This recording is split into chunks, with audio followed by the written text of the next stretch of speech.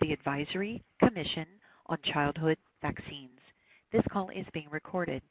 If you have any objections, you may disconnect at this time. I will now turn the call over to the ACCV Chair, Dr. Cody Meisner. You may begin.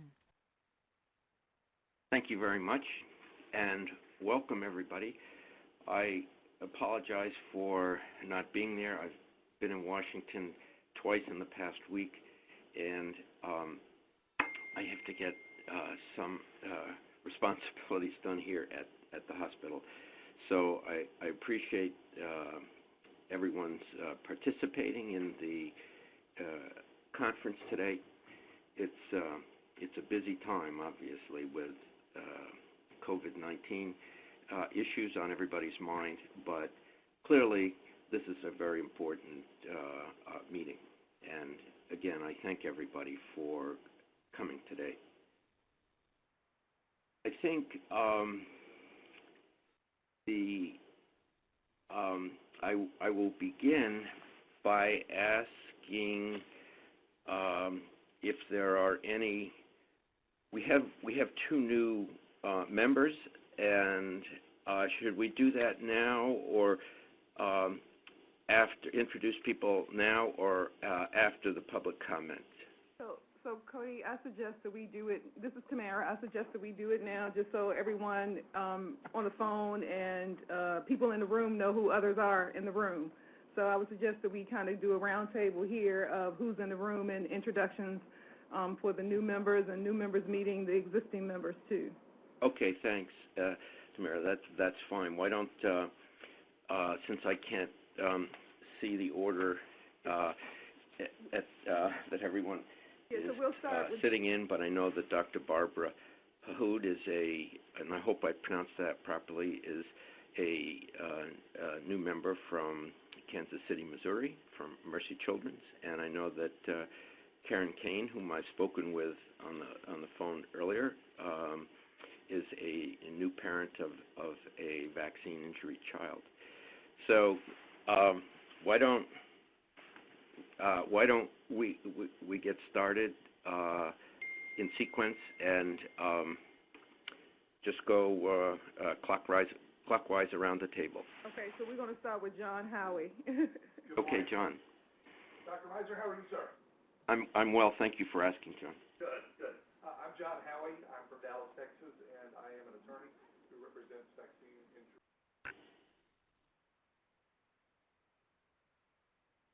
Okay.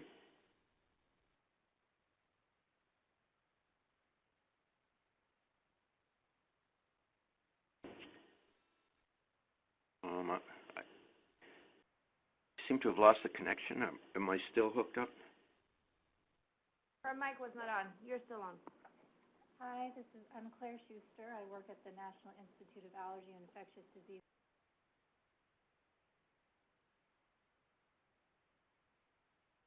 Thank you. Good morning. I'm Commander Valerie Marshall. I'm an ex officio member representing the Food and Drug Administration. Thank you. Thank you, Valerie. Hi, it's Annie Herzog. I'm the staff liaison. Hello, Annie.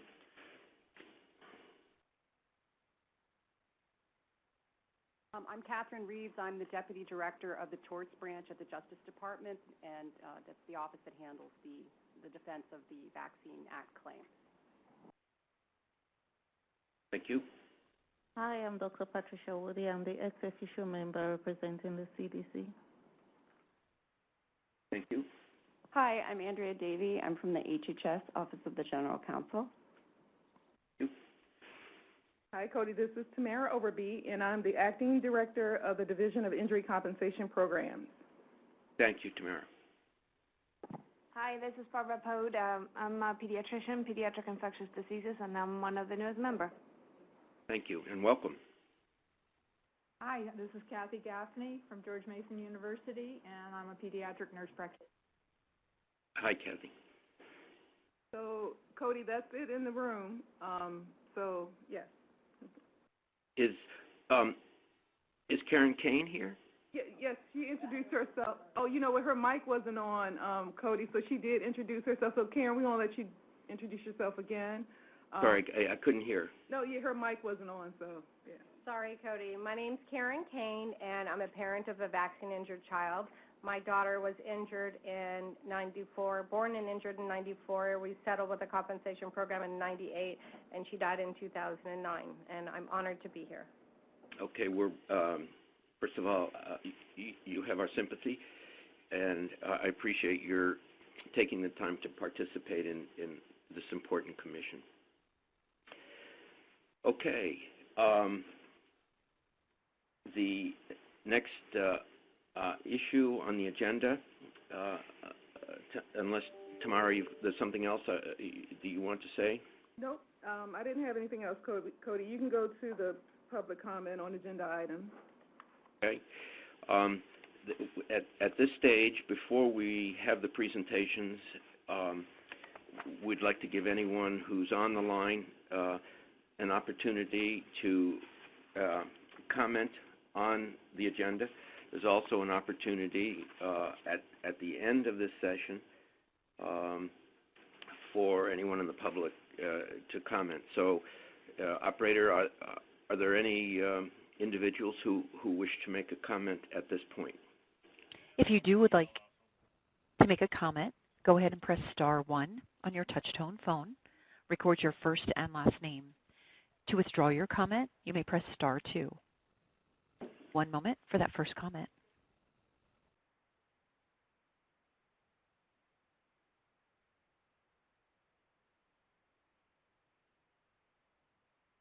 We have no public comment at this time. Okay. Thank you, operator. So the next issue on the agenda is approval of the minutes from the last meeting in December of 2019, and I hope everyone has had a chance to look over the minutes, and let me ask if there are any comments.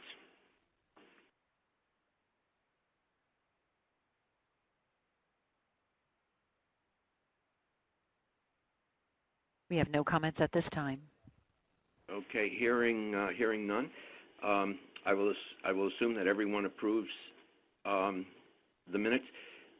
Do I need to take a vote on that, Tamara, or is that? Yes, Cody. So, yes, we still need to take a vote. Okay. Dr. Miser, this is John Howie, and I move to approve the minutes. Okay, thank you very much, John. Is there a second? Kathy Gaffney, and I second the motion. Thank you. Okay, and so maybe we'll take a vote, and either John or Tamara can... So basically, Cody, it's like all in favor? Yep. Okay, all in favor? Aye. John Howie. Yes. Aye. Any opposed? No oppositions? All in favor? Minutes approved. Okay, thank you. Yes, and I obviously approve too. And let me just compliment the person that writes. Do you do that, Tamara? They're really great. So it's actually, believe it or not, it's Amber. Well, we have someone who summarizes it for us, a contractor, and then Amber is the one who does like the major edits. So Amber does a lot of that work. Well, Amber, you do a very good job, and I appreciate that effort. Okay. I think our first presentation is yours, Tamara, and you're going to give the report from the Division of Injury Compensation Program. Yes, and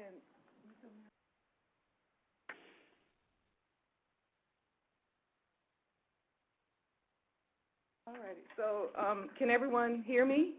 Okay, on the phone. Can you hear me, Cody? Yes, Okay. it's very clear. Thank you. All righty. So yes, today I'm Tamara Overby, and I am the acting director of the Division of Injury Compensation Programs. And so I'll be providing an update on HRSA's National Vaccine Injury Compensation Program activities.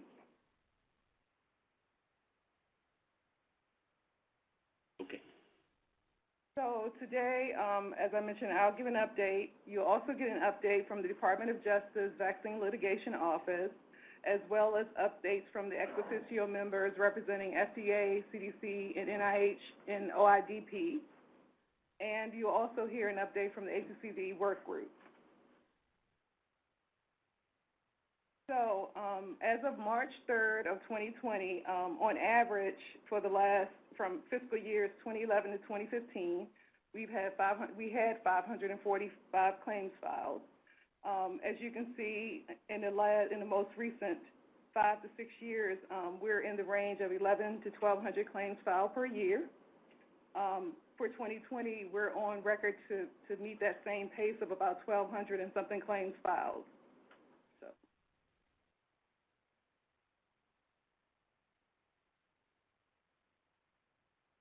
So the other question that we had at a previous ACCV meeting was the breakdown of adults versus claims filed on behalf of adults and claims filed on behalf of children. And so that's what this slide depicts. The top slide, of course, depicts the total number of claims, and then the brighter green depicts the number of claims that were filed by adults, and the lighter green are the number of claims that were filed on behalf of children. And as you can see nowadays, the majority of the claims that are filed are filed by adults on behalf of adults.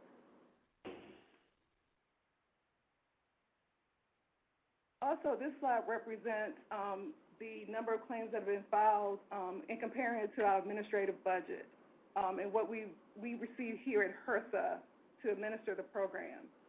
So we're slowly but surely getting increases in our budgets, and that's really helpful to us because right now, and we've mentioned to you all in the past too, that we have a backlog of claims because we haven't been able to hire staff to review all the claims that came in as a result of this increase that we've had in claims over the last 5 to 6 years. So we are slowly but surely getting increases and are able to hire a few staff to help out with that.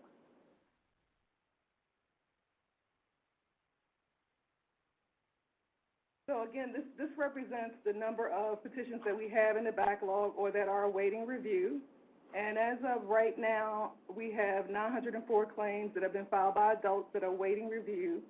And the claims here that are listed for children are actually not claims that are in our backlog. These are claims that the court has basically not activated because they don't have sufficient medical records. And so as soon as those medical records were, if they ever filed, and these claims become activated, we will be ready to review them. So it's not that we have the backlog, it's just that the claims are not ready to be reviewed or they haven't been activated by the court.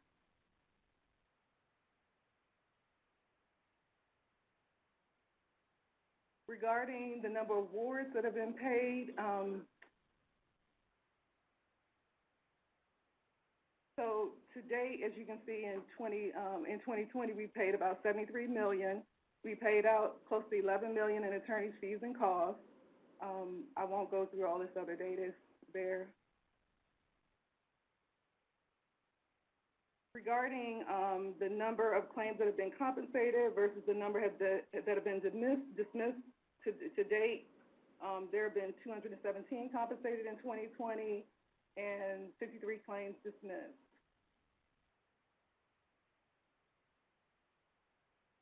Regarding compensation categories, so for 2020, so far we've conceded, you see overall compensable is 243.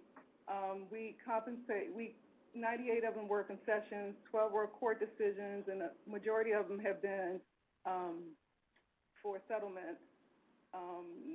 56 are not compensable for a total of 299 adjudications to date. The trust fund. So the trust fund is at over $4 billion now, and a lot of the income is coming from, of course, the excise tax revenue, interest on investments, for a total income of $123 million, and that's just for that October 1st through January 31st quarter. And just this slide just depicts some recent trends in the program. As we mentioned, and you can actually see in the slide, 90% of petitions were filed by adults in the last 2 years and just over time. In the recent years, most of the claims have been filed by adults. Over 54% of the petitions filed in the last 2 years allege the injury of SERVA or shoulder injury related to vaccine administration. 73% of the petitions filed in the last 2 years allege an injury from the influenza vaccine. And about 70% of the petitions that are filed are compensated by a negotiated settlement, and that's been since 2006. That number has changed recently in fiscal year 2019, that 56% of the petitions have been settled or compensated via negotiated settlement. And then regarding the claims that are on the wait list, right now we have about a 10-month wait for petitions to be reviewed. And again, those would be adult claims because, as we said, with the claims that have been filed on behalf of children, there's not really a wait.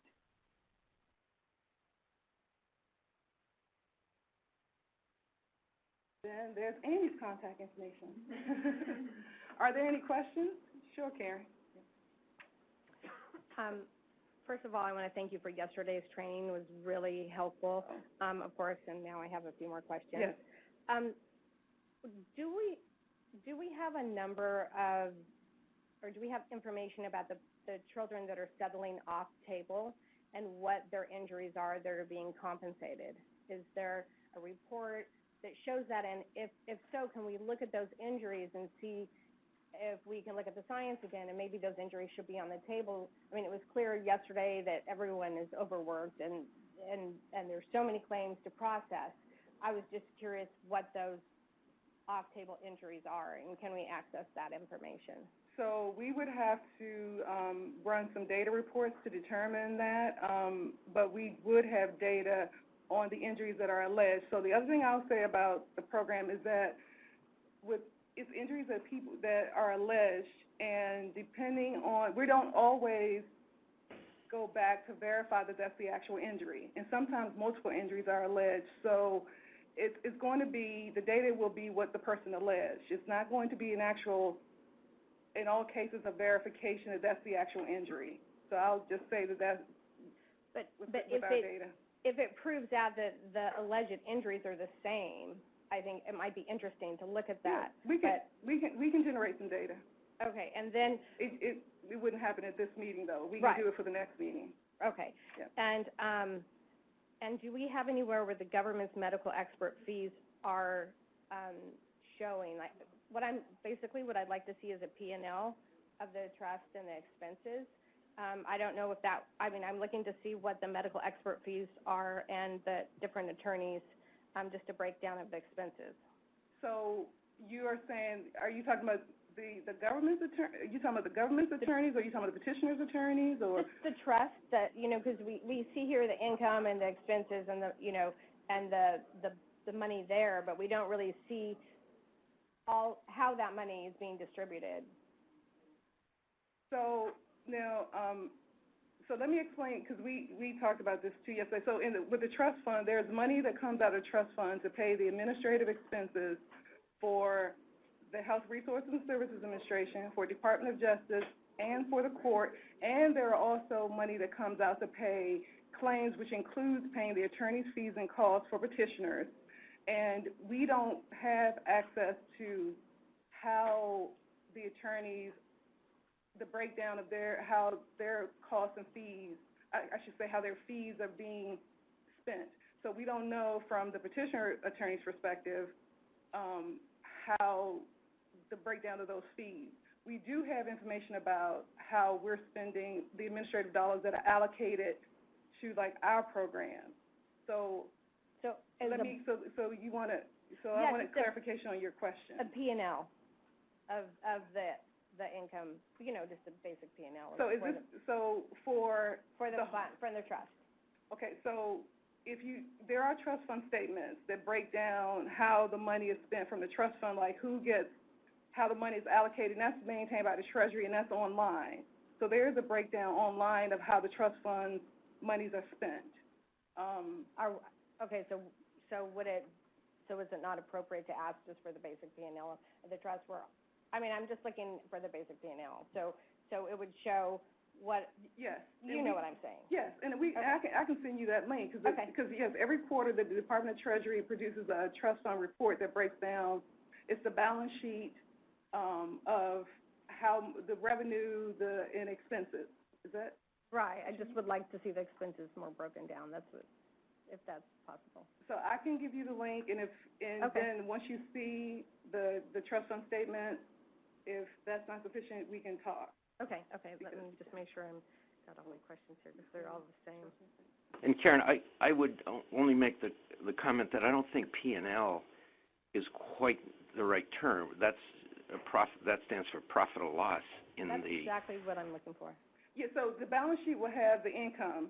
So it will have basically what's coming into the trust fund, so interest income, revenue, and it'll have the expenses that have been paid out of the trust fund, yes. Okay, right. So the trust fund statement will have that, yes. So we can give you that link, and we'll send you the link to the Treasury, and they do it quarterly. There's an annual statement. Okay, so yes. Thank you. Mm-hmm. No, my point is that I don't think it's quite right to look at it at profit or loss. There's no profit in this business. There is a fund that's generated for people who are injured, but so I don't think you should look at it in the same sense that a businesswoman would look at profit and loss from a publicly held company. I think you would like further information about where the expenses are actually directed, and that is presented on the site that I think Tamara can send to you. Thank you. Hi, I have a question. And I don't know if this is something that's going to be discussed later. It's my first time. I was curious about, when I saw the breakdown of who's part of this group, I see pediatricians, but it looks like now the bulk of your compensations are going to adults. So should there be a role for an adult physician in internal medicine or something based on those? It seems to be SERVA, so somebody that deals with those types of injuries. That's just one thought. And number two, I would be curious to see also, and I know not for this meeting, but sometime in the future, or if for you to direct me to, what are the claims for flu? What are people? Primarily SERVA. Okay. Shoulder injury related to vaccine administration and GBS, Guillain-Barré syndrome, are the primary injuries that are alleged as a result of the influenza vaccine. And a neurologist and an internal medicine or something like that might be useful. So in the past, the ACCV did suggest that we actually have like an OB to be included, and that suggestion came as a result of during the time when the program was looking at whether or not we should be covering maternal immunizations that are given to pregnant women for the benefit of their child. And so that was a recommendation that was a part of that whole of addressing the issue of maternal immunization. So that was a recommendation that's been made in the past. But yeah, the other thing with the program, the composition of the ACCV is in legislation. So if we're going to have specific identified roles to change, then they would probably need to change as a result of, there would need to be a legislative change to the Vaccine Act to make it specifically say a physician that provides care to adults. Can I make a couple of comments here that I think are relevant to this discussion? First of all, I very much appreciate the breakdown of awards between adults and children, and it looks like only about 10% in the past year of the awards have been to children, and approximately 90% have been to adults, mostly the influenza vaccine and mostly shoulder injury related to vaccine administration. And I just want to mention, and Tamara, you and I discussed this, but there was a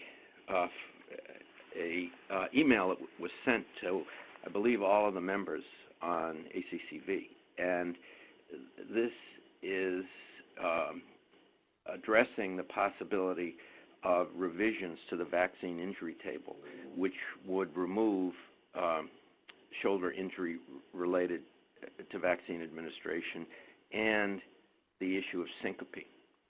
So I'm not sure everyone's prepared to discuss that here today, but I just want to bring that to everyone's attention.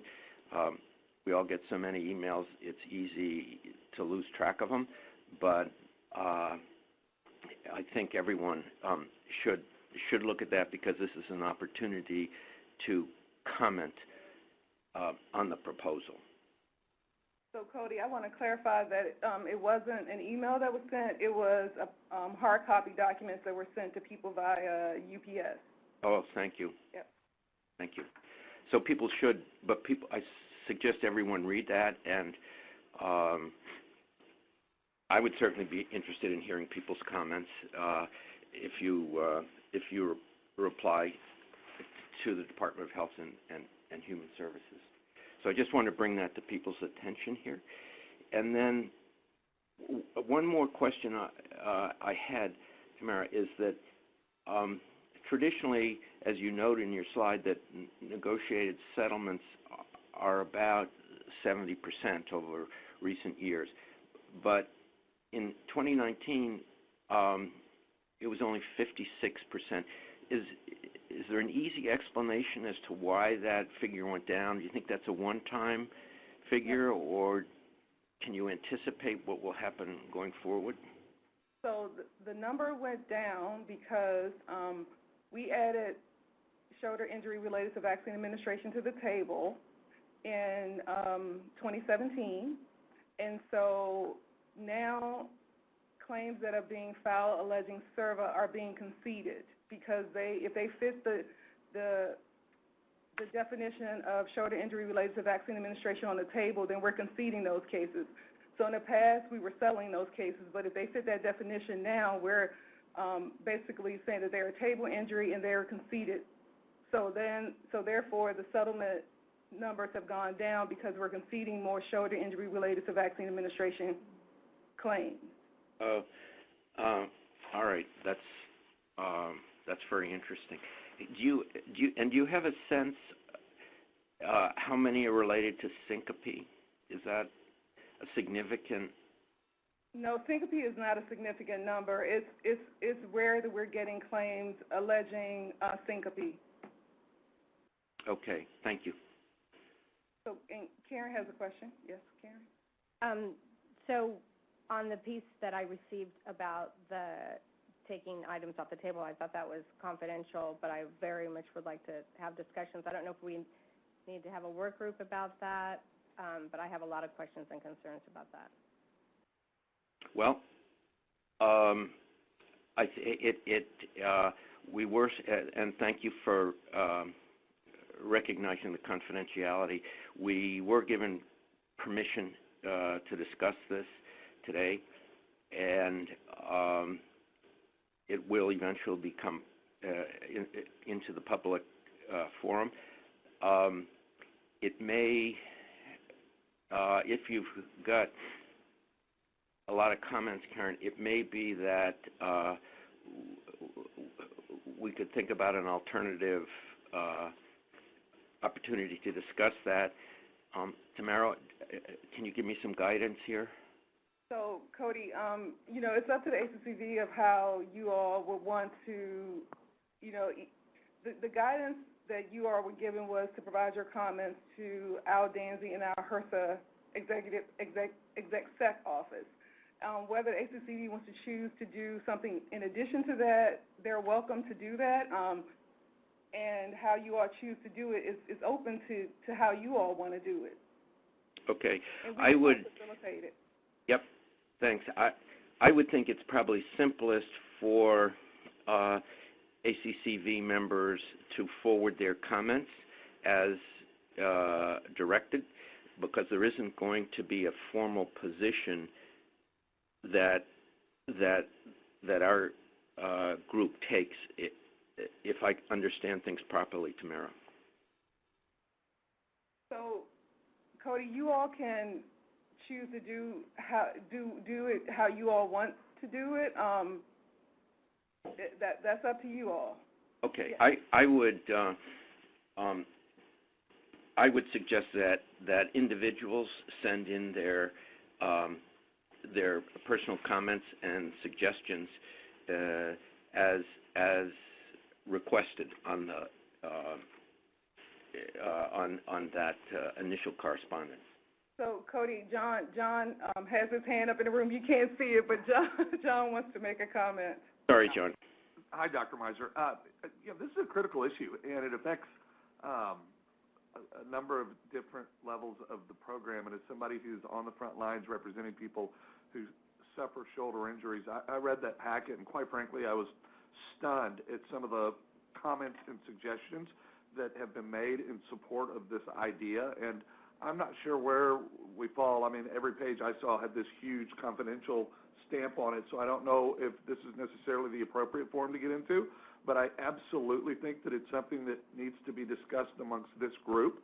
I believe that we as a committee can make a recommendation to the Secretary as to whether we support or do not support the removal of these items. I mean, just on a very high level, we talked about the fact that syncope is hardly ever filed in the program, and I represent people who have suffered life-changing injuries as a result of syncopal episodes because they get a vaccine and somebody leaves them sitting on the side of the table and they timber off and they hit their head and they break their jaw and have to have surgery. Or I have another client who broke her leg and has had 6 surgeries now because of her broken leg, and she's never going to be able to be active again. And, you know, it's, again, I don't know if this is the forum today to address these issues, but I absolutely think that this is something that needs to be discussed by this group. Thank you. Thank you, John, for your thoughtful comments. And I think the response to that is that there's nothing in the vaccine that caused the syncopal episode. It's really less than managed than the care that's recommended by all of the guidelines from the American Academy of Pediatrics and the CDC in regard to the person who was vaccinated. It's not a fault of the vaccine, and I think that's what's driving this change. I'm completely sympathetic to your point, and I think you have a very strong position, and I encourage you to send in your comments to Al Danzy, but I think the reply is going to be that syncope or shoulder injury is not from the vaccine. It's due to some deviation from the standard of care that's recommended for a vaccinated person. And if I may reply, you know, I also have handled probably over 100 medical malpractice cases in my career that are handled under state law, and I can tell you that I am intimately familiar with how that process works.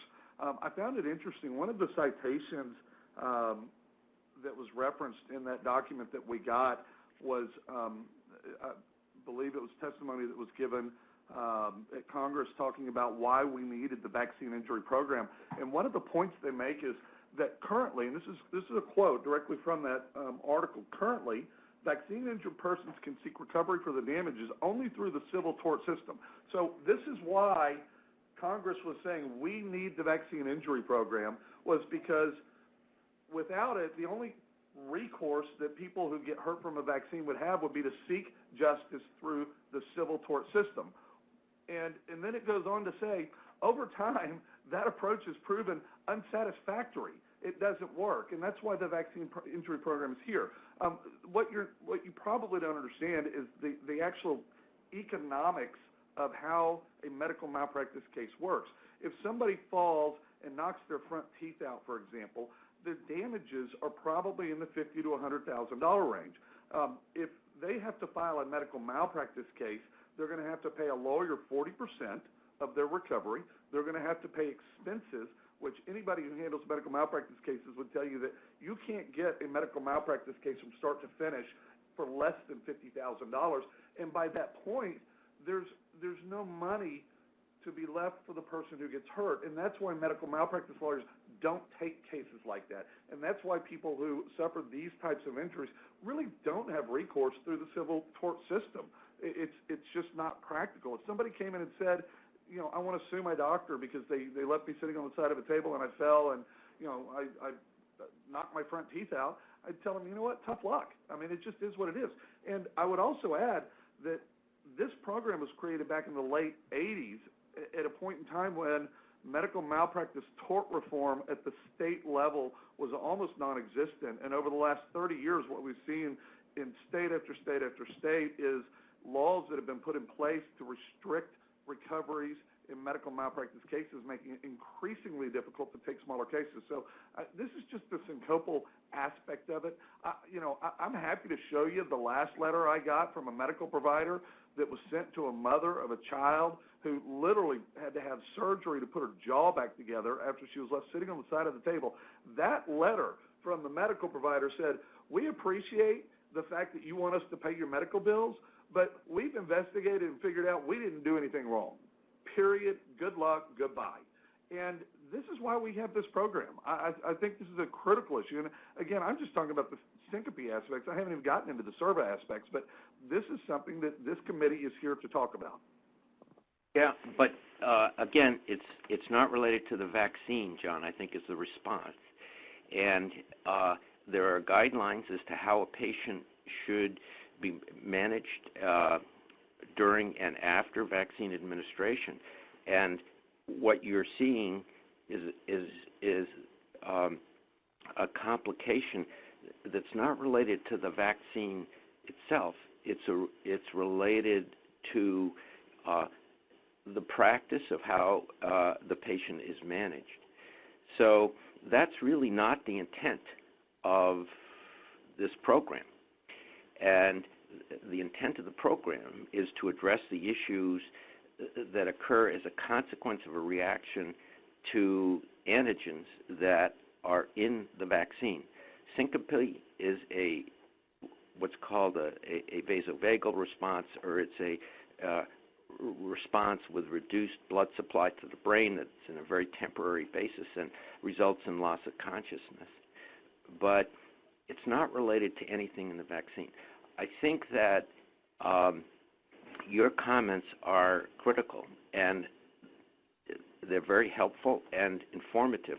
And I strongly suggest that you forward those comments, because you have a pretty much of a unique perspective as an attorney who represents plaintiffs in this setting. And I would strongly encourage you to submit your personal comments. If we try and address this as a committee, we're not going to reach consensus. And so I think that's my feeling as to why everyone should have the opportunity to send in his or her thoughts in regard to this proposed change. Just very quickly, and I promise I'll be quiet after this. I don't think we have to all be in agreement. This is a committee, and the purpose of this committee is to bring differing backgrounds together to discuss and consider issues that affect this vaccine injury program. And then at that point, if we have a consensus of 100%, great, but if we don't, we take a vote. And that vote determines how we proceed. Well, I would say, for example, the American Academy of Orthopedic Surgeons has submitted a position paper saying that HRSA doesn't exist, that that's not a real disease, and they're distressed by the fact that that's even defined as a distinct entity. And I know what you're referencing, and I would tell you that I don't believe that is actually a factually true statement, that is a position paper issued by that organization. And what I would also tell you is if SERVA doesn't exist, then why is it that we have a slide that's put up here on this screen that says that it is the highest number of cases that are conceded by the government? The government has a group of lawyers from the Department of Justice that are very talented, very smart, and very capable, and they know how to fight cases. And if all of these cases were truly dubious, then why are they being conceded? Because they're on the table, John. And if it's on the table, there's no reason to litigate it. The point is, it shouldn't be on the table. Well, I will tell you this, again, as somebody who handles these cases, simply because a case is pled as a table case doesn't mean that it's not going to be litigated. And I have case after case after case that I file that are table injuries that we got to go get experts on and fight about it. And because the DOJ says, well, maybe, but maybe not. So simply because it's on the table doesn't mean that it's just, okay, great, you've pleaded it as a table case, we're going to concede it and not dig into the details and evaluate it. Well, I can't speak for the attorneys, and your position is very interesting. But again, I think that the best way to deal with this will be as individuals, because if we put together a paper, for example, that comes from ACCV, it's going to say the same things that we would say as individuals. I am pretty sure we're not going to get everyone to agree on what we want to say, John. I think it'll carry much more weight if you, describing your position as a plaintiff's attorney, and this is your experience, I think that's what is going to get people's attention. Dr. Meisner, this is Karen. As a parent and someone who talks to people who are alleging that they're vaccine injured all the time, and being at the DOJ office yesterday, I mean, I think it's really clear that we're told that you have to document and report or get the first 6 months, right? You have 6 months after the injury occurs, and I see over and over that especially the passing out issue, and that leads to a vaccine a year later, shows that the injury has started with the first vaccine. So I think I very much would like to have more conversations about this because I have a lot of questions and concerns, but I think this is something we as the committee should definitely be talking about. Okay, I mean, if that's what everyone feels, but remember, many people are providing input to this proposed change, and they're not just waiting to hear from ACCV members. So, again, I mean, I don't quite understand what you just said, that subsequent vaccines exacerbated a previous vaccine injury, I think is what you said. I don't understand quite what that is. So, John and Karen, if you clearly have strong opinions, and I would recommend that you send them in. I don't think we're going to be able to, and you should identify yourself as a member of the ACCV. Tamara, do you have any thoughts or comments here? So there are other members that are here. There's Kathleen that's here as well as Barbara. So they may have some perspectives too, Cody. Thank you. Yeah, please. Feel free to comment.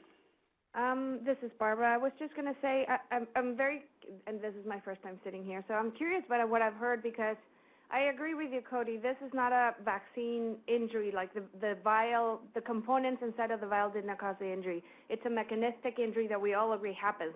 A needle goes, hits the nerve, there's an injury. I don't doubt that injury happens. I don't. But I agree with you, Cody, that it wasn't the vaccine. So what I'm having trouble understanding, and I faced this yesterday and again today, is that anytime we want to have changes made, because I do believe this should be protected by someone, but if this fund was created to protect people injured by the vaccine, meaning the liquid, if I'm trying to be, precise, not the needle, then where do these claims go?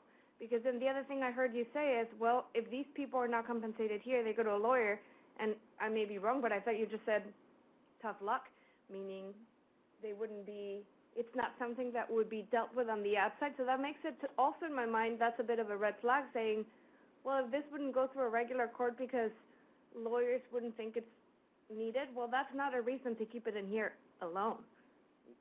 Does that make sense? But I do believe somebody should be paying attention to this because it's an injury that was caused by a vaccine that we're recommending, but it's not the vaccine, it's the mechanistic injury. I don't know how to answer that, but Yeah, I didn't, Barbara, just to clarify the record, I did not say tough luck. No, I was talking about John. He said something like that, not you. You're not here, so you can't see me looking at him as I'm speaking. He's the one that said if a patient is sitting at the side of a bed and they fall down and they come to him and this is dealt with outside of this, he would say tough luck. So I was listening to that thinking, gosh, then that's why there would be a push I could see by people like you to say, let's make sure we protect these injuries and keep them in here. But to me, that's not reason alone to keep them in here. If the spirit of this was to really protect from the liquid injuries, not the mechanistic injury, but then I do see a need to, where would these go? And is it Congress that needs to decide it, or us? I feel like this is one of those committees that has their hands strapped a little bit, where I wish there was a place for these injuries, but I don't know if it's here. I don't know who decides that. I wish there was a manual for what is this committee supposed to protect? And if it's really the liquid, then it isn't here. But if it is any vaccine injury, then yes, I don't know the answer to that. And I think that's a very good point, Barbara. I mean, I think that is a point that certainly should be relayed. Yeah. This is Karen again, and I'm going to be redundant. I'm saying that if the board was full, then I would be sitting with another parent of a vaccine-injured person, and there'd be more attorneys. But I know we're working towards that, but I feel that as a commissioner, it's very much part of what I'm here to discuss and to fully understand and do maybe obviously individual votes, but as a group vote also, because I think this is quite critical to taking something off the table that's clearly in our charter and to looking at those items. And I think it's a huge, I think it's a huge concern. So I think that's something that we definitely, I don't know how we get to the point that we're done talking about this, but I think that there's more information that needs to be shared about it. Okay. Kathy, do you have a comment? And I would add to the conversation, which is enormously helpful, that I think that seems to be where the crux of the issue is. Is it, as Barbara is saying, is it about the vaccine itself, or is it about our guidelines for recommendations or recommendations regarding the administration? And where is the role of ACCV? And it seems like it's really important now with this discussion that each of us from our perspectives respond to what we received and kind of say, hey, if we are really supposed to be looking at the effect of the vaccine contents itself, then who is helping with the issues that lead to SIRVA or syncope or other problems related to the administration? Where is that? And that needs to be covered somewhere. I do worry, whichever way you want to call it, if then the nurse gets sued or, like who then becomes responsible for this? Because it did happen to the patient. But then does that mean the hospital gets sued, the nurse, the person? I would hate for this to become a no man's land, but from what you said, if I understood correctly, maybe nobody would get sued because lawyers wouldn't want to take that case because it wouldn't be worth it, their time. So I would hate to leave those patients floating. Just real quickly, I've yet to see anything from anybody that says that this program was not designed to compensate people that were injured as a result of a mechanistic type injury as opposed to a component of the vaccine injury. If somebody can show that to me, then maybe that is the bright line that everybody needs to see to be able to say, oh, this is how I'm going to answer this question. But I've yet to see it. The purpose of this program was to provide an avenue for compensation for people who suffer vaccine injuries. And I've yet to see where it says, as a result of the components of the vaccine and not a mechanistic issue. It was designed to prevent cases from being filed against manufacturers of vaccines administrators of vaccines. I mean, essentially what we're saying is we need to call all these hospitals and say, you better get ready because you're going to get sued over and over and over again potentially if there's if it's economically feasible for the case to be able to work. I just don't see it. I've yet to see anybody show me where it says, oh, that's a mechanistic injury, therefore you can't be compensated. So you said something super crucial right now. You said, is our role to protect against the vaccine or the people that administer that? That's what I don't know. I haven't read that. What is our actual role? So I guess the question would be, what does the Vaccine Act, because this is about the Vaccine Act and interpretation of the Vaccine Act. Yes. So about providing, the program was intended to provide liability protection to vaccine manufacturers and to the healthcare providers or the people, healthcare or the vaccine administrators. Yeah, and I don't think it goes into the detail of what we're talking about because remember the first lawsuit from the oral polio vaccine that resulted in or one of the first resulted in paralysis after the oral polio vaccine. The award was given to the family, and it was the nurse who administered the oral polio vaccine. And the reason the courts awarded it, at least in my understanding, is because there wasn't a full explanation of the potential side effects from the killed vaccine versus the oral vaccine. So I don't think the act is going to clarify whether it's directed at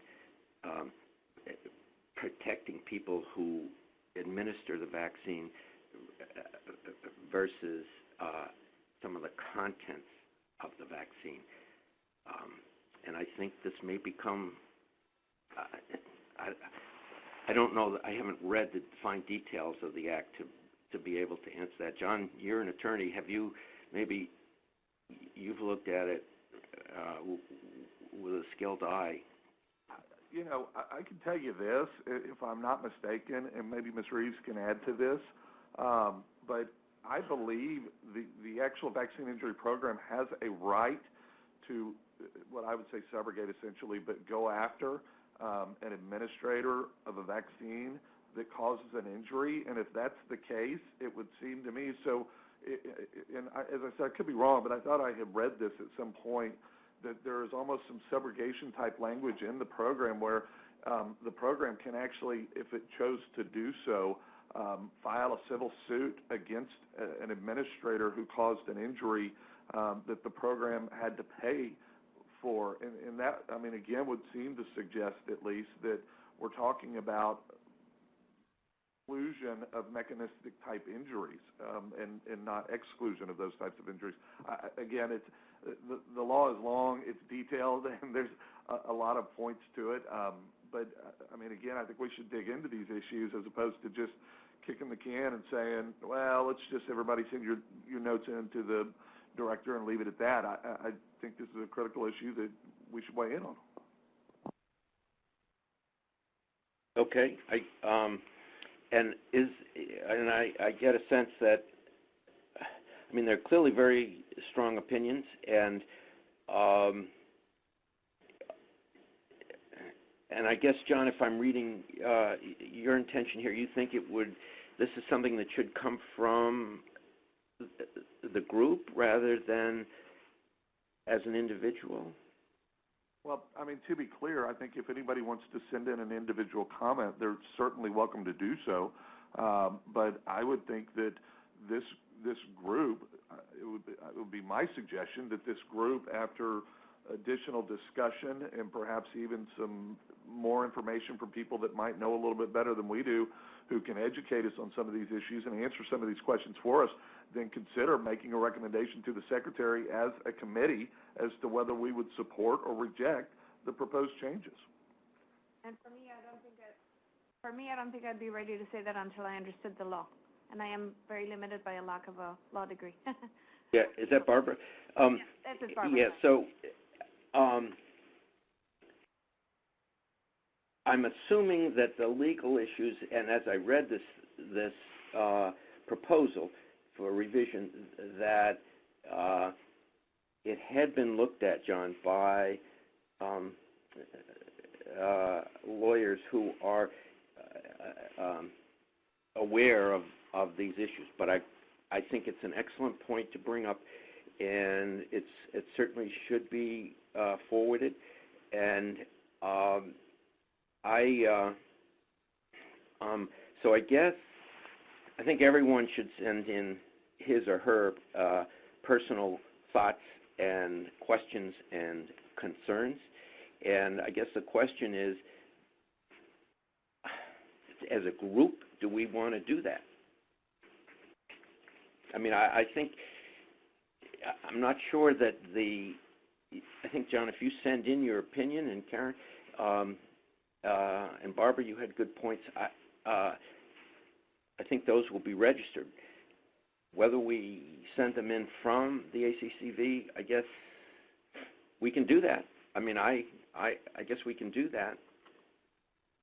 I mean, I don't think we need to discuss it with the lawyers, because I'm assuming that the lawyers at the department who are the most sophisticated in understanding the law, have addressed this. This is Karen.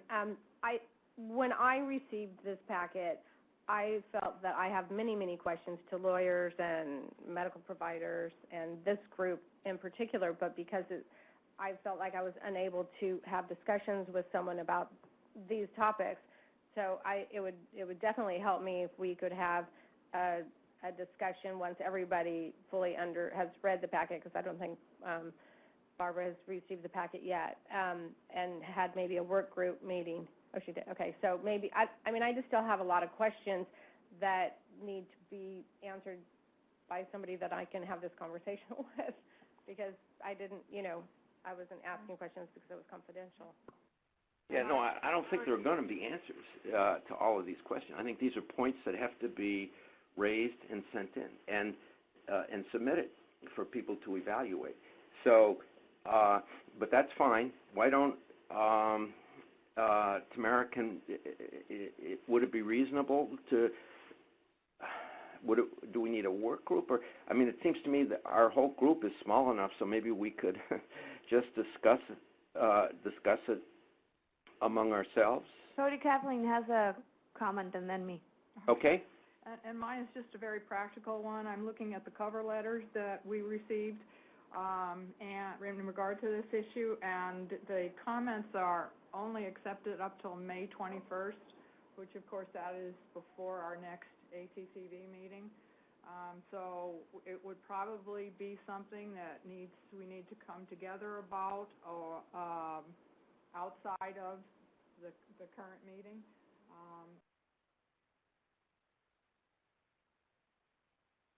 Yep, I think the request was to have it within 90 days, but I do think there is some flexibility in that. But it's also reasonable. I would think, well, the question is whether do we need a subgroup, or can we all, would it be worthwhile to have all of us on a conference call just to go over this issue? Well, Tamara, can you help me out here? No, actually, Barbara wanted to make a comment. Barbara and John both have one comment before that. So I was just going to say, I try to be very practical. I try to make things as simple as possible. To me, the solution to this problem, to me, it's simple. Does it say providers in there or not, like vaccine administration providers? Because if it says yes, then I know what I would say as a recommendation. If it says no, then my recommendation would be like, well, then CERVAC clearly doesn't belong here, but then where does it belong? What can we do to change that? And then I know it's Congress and it's a big problem. But to me, the understanding of what the law really says makes a very clear change on what I would email back. So, well, I think I would send that in, Barbara. Okay, I will. Thank you. Like that. I was just going to add a couple more thoughts. Number one, this conversation that we're having here today is in the backdrop of a fund that is growing in size. I looked at some numbers last night. In 2017, December of 2017, it was at about $3.7 million. In December of 2018, it was up to $3.8 million. As of January 31st, in our packet that we have here today, we're now over $4 billion. And so it's not like there's not enough money. And it's not like these extra cases are eating up funds that need to be reserved for children who suffer vaccine injuries. And so that's issue number one. I don't see this driving need from at least the balance of the fund to remove all of these cases from the program, number one. Number two, my thought would be that we do have a work group and that we reconvene this conversation in the work group and discuss how we want to try and handle it in terms of presenting something to the committee for consideration or something along those lines. Okay. I guess to your first comment, John, I'd say, yeah, there is a growing fund, but remember, we're adding new categories such as pregnant women, and the number of vaccines is always increasing. So I think we have to be very careful and careful stewards of the fund. So what you say is absolutely correct, but a year or 2 years or 5 years from now, we don't know. So I don't think that's a good reason just to make awards if it isn't included in the law, in the act. And I think that's the issue that we need to have resolved. And one more thing, and I promise, I'm sorry. I don't know who wrote that packet, but I would suggest that maybe it's a little bit one-sided, and it is something that was written to advocate on behalf of one group of interests and maybe doesn't consider all of the other interests and all of the other arguments that may be presented opposite to that packet. So I don't know that this is an unbiased, analysis of the law that was conducted by somebody who has no interest in this program. And so I still think that we have to take the information that's in there and digest it and consider, what it says and then determine whether or not we agree with it. Okay, thank you. All right, so we're falling behind here, and so just to try and get back on schedule, we will, Tamara, well, tell me, what's the practicality of having a teleconference sometime between now and the beginning of May? So, Cody, this is Tamara. So if you all want to do that, we would definitely get Annie to do her, her polls where she checks people's schedules, and we would schedule a conference call, and we just need to know who's interested in the participating, because Annie would need to know that to poll people's schedule. So just let us know who's interested, and she'll do a poll to figure out when we can have, when we try to schedule this. And can I ask, would it be possible to have someone at the time of that conference call tell us exactly what the wording is so that we had a better understanding of the intent of the act? Yes, I second that. Is that a reasonable request? We will convey that request. I'm just going to make two quick requests. I was just wondering why this conversation was originally intended to be confidential, but also since Dr. Meisner, since you brought this up, I was going to ask this today anyway, but it seems to fit. I'm asking, looking for the studies of vaccines for pregnant women that is not run after the fact from the VSD. So I was just curious if someone could give me any studies that showed that vaccines were safe for pregnant women. Well, I'll tell you, that's a huge topic and has been there are several vaccines that are recommended for pregnant women, and there is no evidence of any increased harm. But there are some studies that go both ways on that, Karen. But let's not go into that right now because we're just not going to keep to our agenda. So, Cody, we can definitely provide Karen information because I know Patricia Woody's here from CDC, and Dr. Pahood here also had mentioned that she's aware of studies. So we can provide information to Karen. We can send her, links to articles around that issue. Okay, I think that'd be great because we do need to move on here. And Valerie, we can provide Karen information as well. So Thank you. So why don't we, is there anyone who, let me ask it this way, is there anyone who doesn't want to participate in this conference call that we will have? Shall we just assume that everybody is interested? Cody, I have to check and see if I need to recruit myself. And who, I can't tell who that was. I'm sorry, this is Kathy Gaffney speaking. Okay, Kathy. Maybe you can get back to us on that. I will. I need clarification. Thank you. Thank you. Okay, so we'll next get a monkey survey and see if we can put together a time. Is everyone comfortable with that? Hey. Okay. All right, Ken. Ms. Reeves, Yes, Dr. Meissner. Yeah, are you ready to do the report from the Department of Justice? Yes, sir, I am. Thank you. Thank you. Good Please morning, go everybody. ahead. Good morning. I just like to always point out when I give these presentations that the reporting period that we rely on is different than the one that Tamara is relying on in her update, so that will account for any differences in our numbers.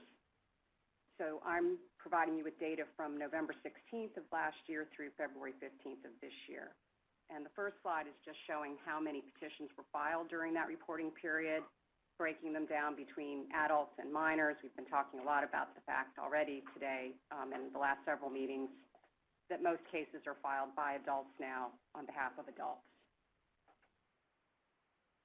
The next slide is showing the number of petitions that have been adjudicated during the reporting period, which is a total of 181. 146 of those cases were compensated, and most of them were compensated via decisions adopting settlements.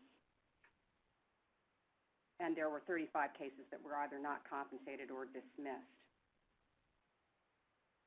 And then this slide just shows the number of petitions that were voluntarily withdrawn during the reporting period, 11.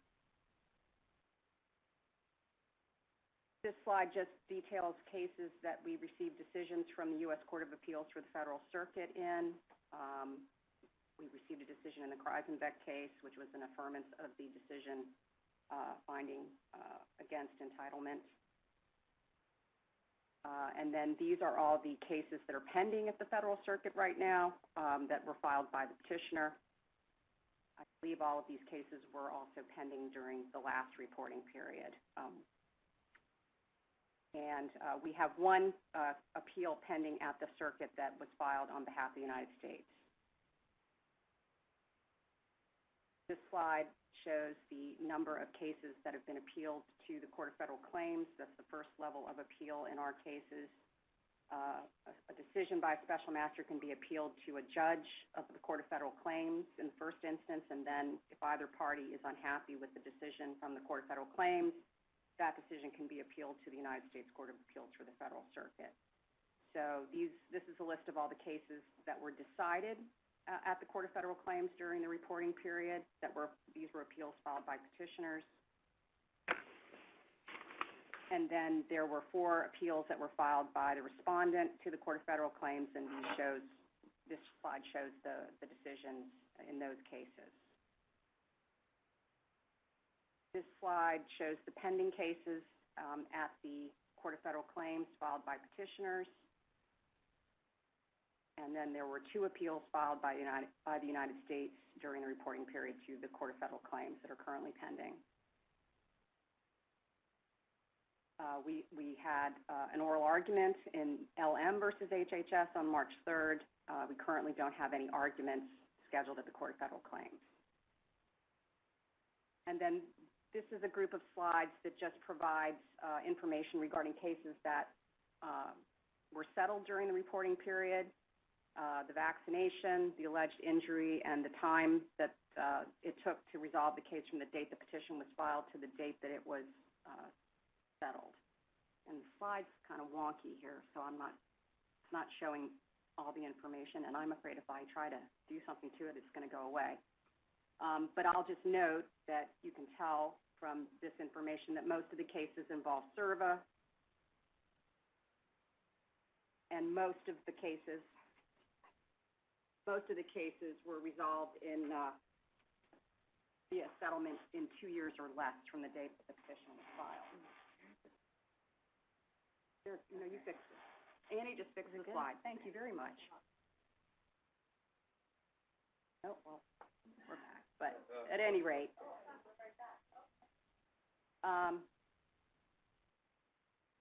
and then this is an appendix that we always provide that has terms that we use in the parlance of vaccine litigation that may not be familiar to some of you. And that we include this with every PowerPoint presentation that we give for the ACCV. And this is a flow chart of how cases are processed in the Office of Special Masters. And then this is a slide that just shows you the levels of appeal, which I briefly discussed earlier. And a flow chart showing how a case can go through the system. And I should mention, although it doesn't happen very often, that it is possible for one of our cases to go to the Supreme Court. There's only been 2 cases in the history of the program that have gone to the Supreme. And that's it. Great. I'm happy to answer any questions. Thank you.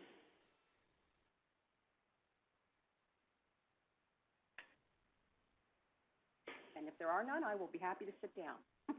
Thank you very much for the opportunity to present. Thank you for such a clear report. Welcome. So, John, I think that brings us up to you. Super. So we have a work group. We don't have a lot of people in our work group because we haven't had a lot of people filling spots recently. We lost Dino.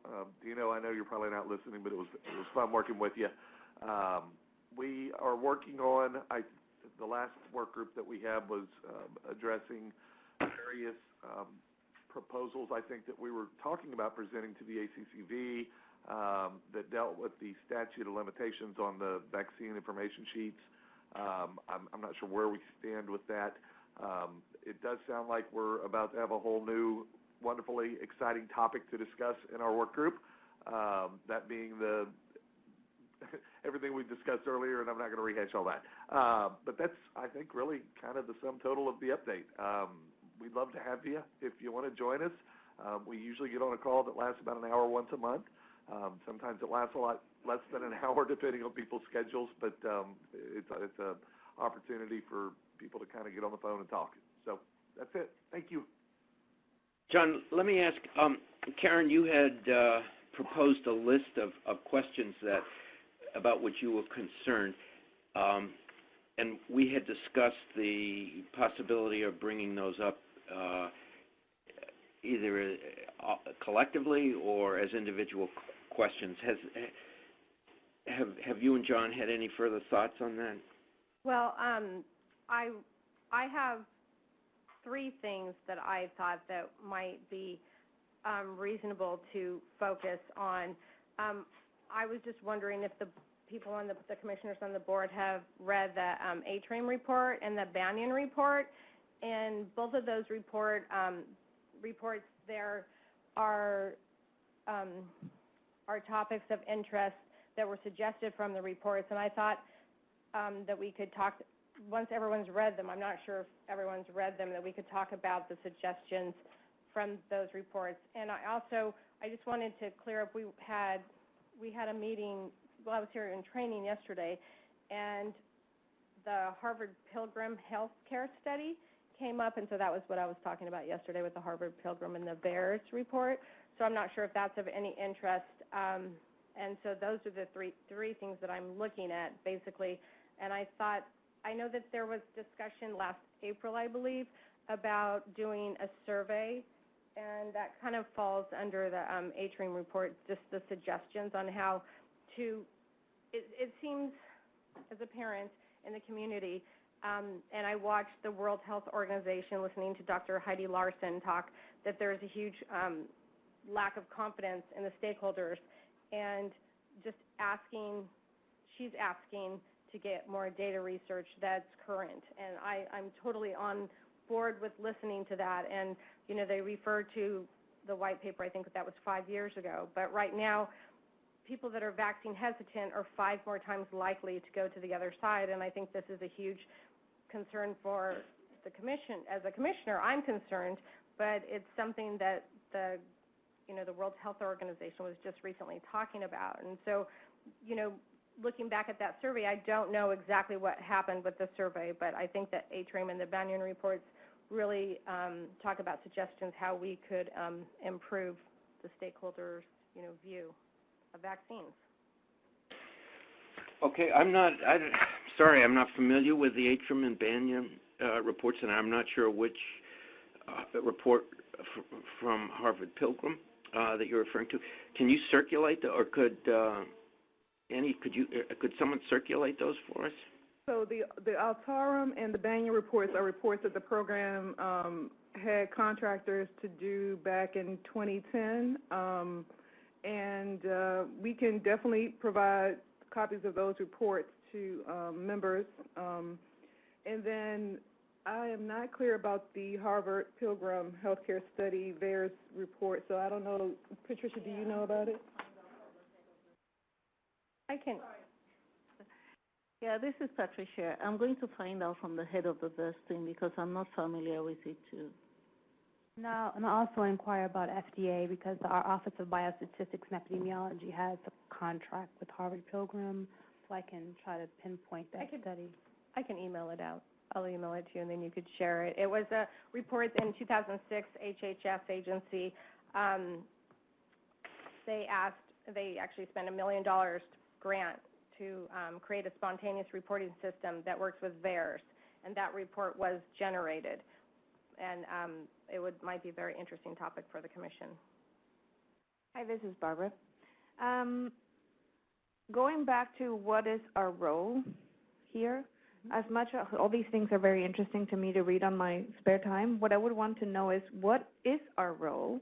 What am I supposed to do here? Because even if we suggest changes to VAERS, if that's not what we're supposed to be doing here, I don't know why we're talking about that, because I think VAERS falls under a different structure.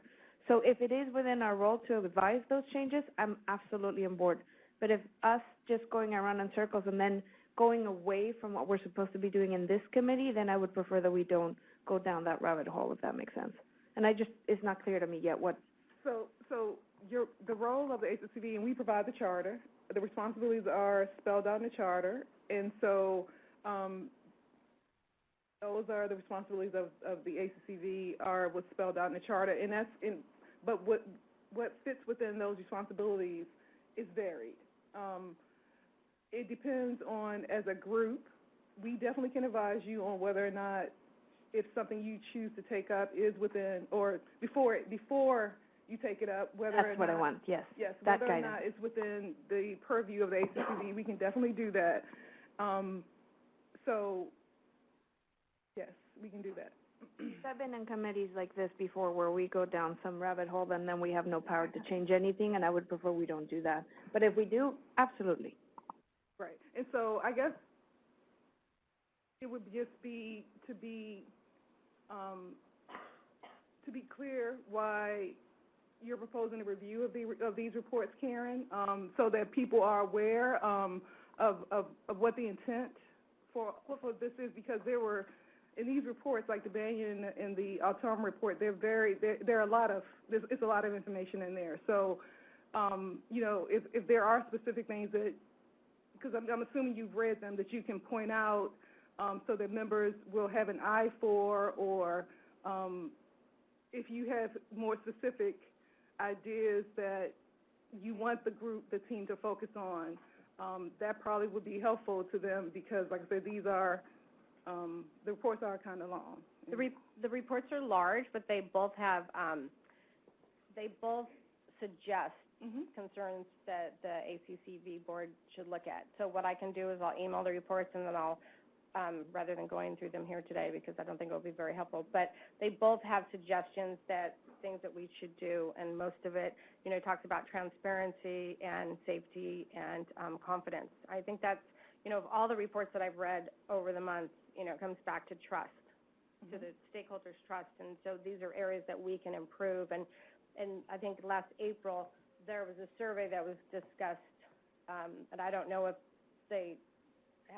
any movement has been on that, but I kind of felt like that kind of went in here. But I will email the reports, and then I'll email the highlights of the suggestions. So you're referring to the recommendation that the ACCV sent to the Secretary about considering development of a survey of petitioners' perspectives. And so that recommendation was sent to the Secretary, and it was sent. Okay, so that's it. Once we send that, we don't get, or we just get feedback when we get feedback, or how does that work after that? Yes. Okay. Okay, I will send these reports, and then you know, we can decide as a group if it's something that we want to look at. I was just trying to go forward with something that has already been suggested, you know, because these reports were meant for the board, the ACCV board.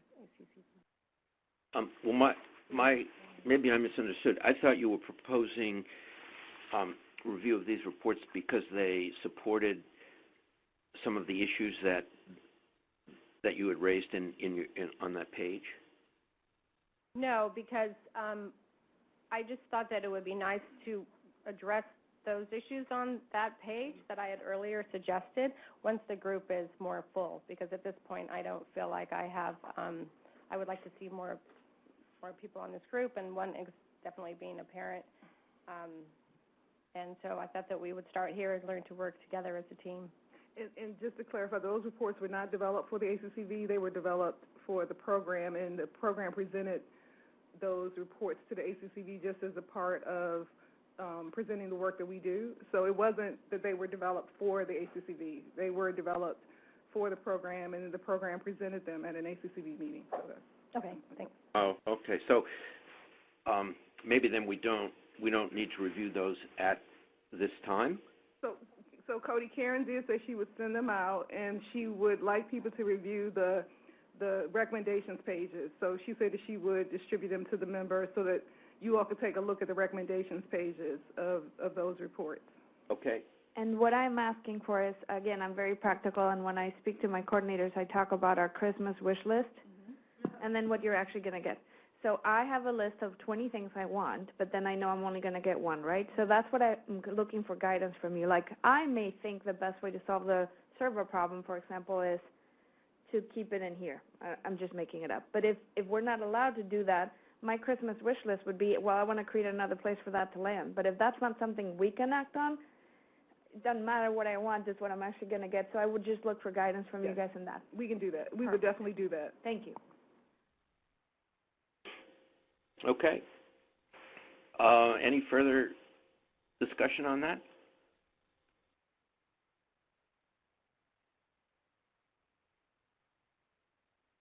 Okay. So, looks like it's 11:30. So we're a little bit ahead of schedule, which is great. Is Dr. Wody on the line? She's actually here. She's here. Oh, great. Would it be okay for your presentation at this point? Yeah, sure. Is that okay, Tamara? Yes, and Annie's pulling it up right now. Okay. So, yep, we're ready. All right. Well, So please. Dr. Woody's walking up to the podium. And Cody, while she walks up, I just want to give you a quick update from yesterday. We went to the Department of Justice yesterday. Well, you actually went to the U.S. Court of Federal Claims. To the U.S. Court of Federal Claims. From the court and from the Department of Justice. Yes, and I was just hoping if we ever have another face-to-face meeting here, if we are allowed, that I would love to sit in and watch one of those. So I just thought I'd mention that in case other members were interested. So you want to You would like to attend like a hearing? fly. Or Yes. attend Fly hearing? in the wall. To attend a hearing? Yes. And what's the name of who was there yesterday? The special master said that might be possible, but I understand we would need permission from everybody and their parents. So I'm just saying I would love to be a fly on the wall there one day, if possible. Okay. Yeah, no, I think that's a great suggestion. The special masters are very impressive, and it's a treat to hear them and talk with them. They do an excellent job, and they're very well informed. If I could just interject, this is Catherine. I think that would be doable, but the petitioner's representative and a petitioner's attorney and petitioners would have to consent, and we would have to consent. I can tell you the Justice Department would have no problem with Absolutely, you sitting yes. in and observing, as long as the court doesn't and petitioners do not. But And of course, it would only make sense if it's close to one of these meetings and when they do one trip. But I just think it'd be enlightening for me to watch one. But I wouldn't, of course, promise to just sit there like a fly on the wall somewhere if people allowed me to be there. okay. All right, Dr. Wody? Yeah, thanks, Dr. Meissner. My update at this meeting will be a little shorter than I usually give because the ACIP meeting was held last week. So I'll give, and I prepared a slide way ahead of the meeting. So I'll give a verbal update of maybe some key things from the meeting. So for this presentation, that's my disclaimer, and the use of any product name is just for identification purposes. And so I'll go over our recent publications. I did this via our system. So this is a publication of the ACIP recommendation for the use of Dtap. It's an updated recommendation. From my previous update, the ACIP had been discussing if to give a second dose, if to recommend a second dose of Dtap. In 2005, they had recommended a single dose of Dtap for adolescents and adults, and after that, TB boosters every 10 years, and then for wound management. But one of the products licensed in the U.S., Adacel, is now approved by the FDA for a second dose 8 or more years after the first dose.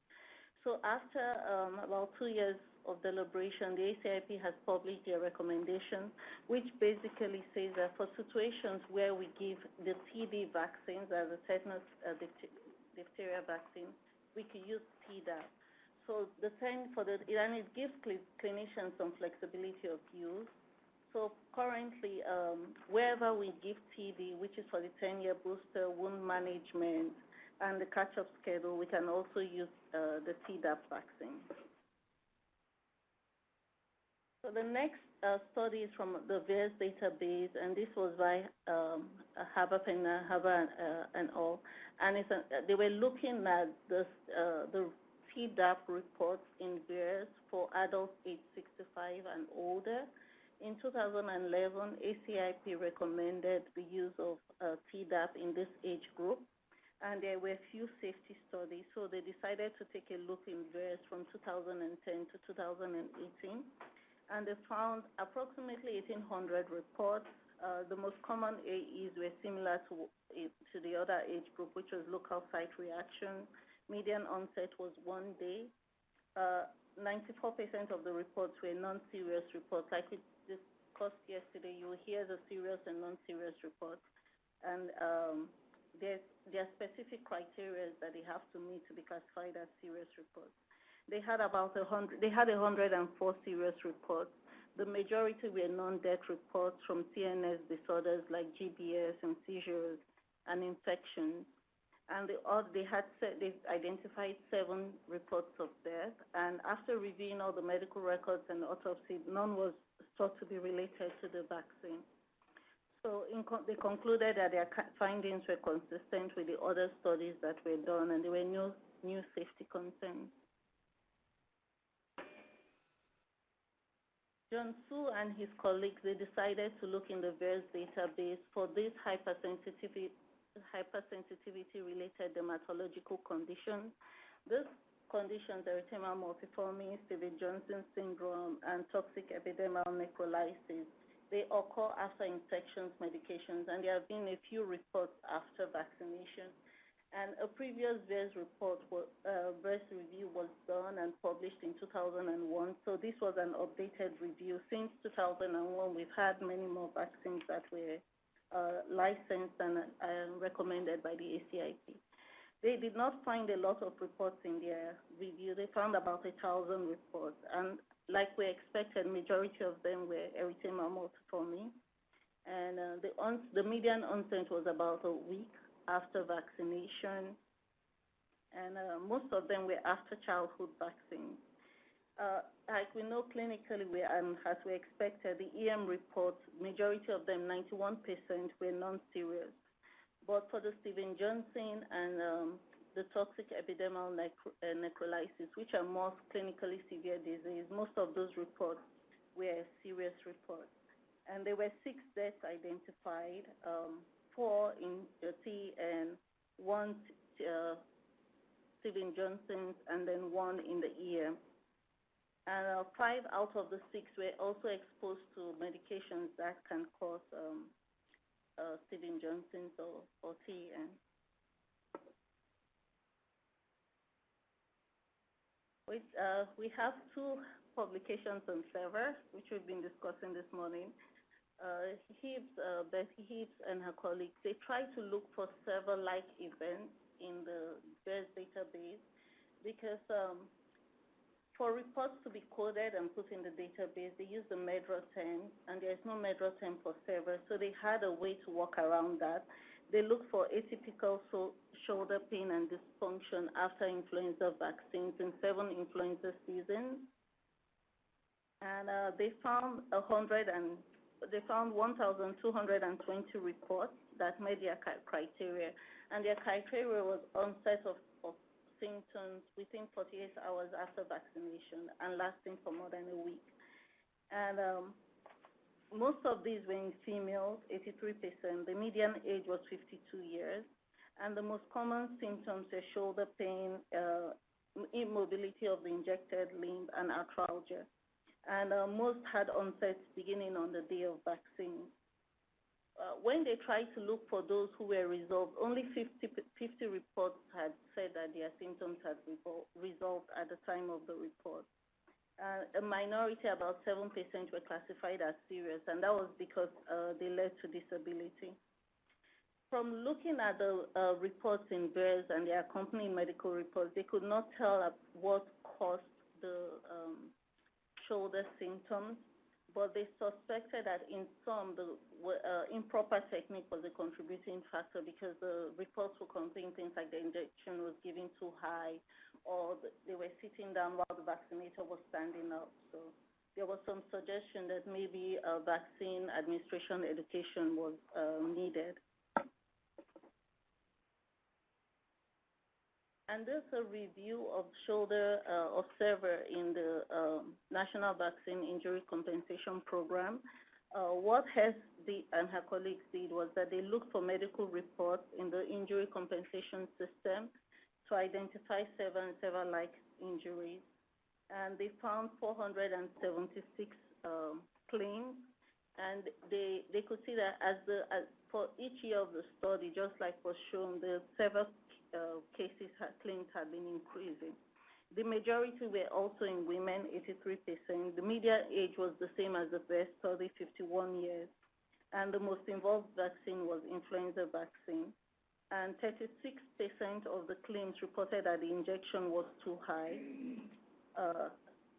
80% got physical therapy or occupational therapy, and 60% got injection, steroid injection, and about 33% had surgery.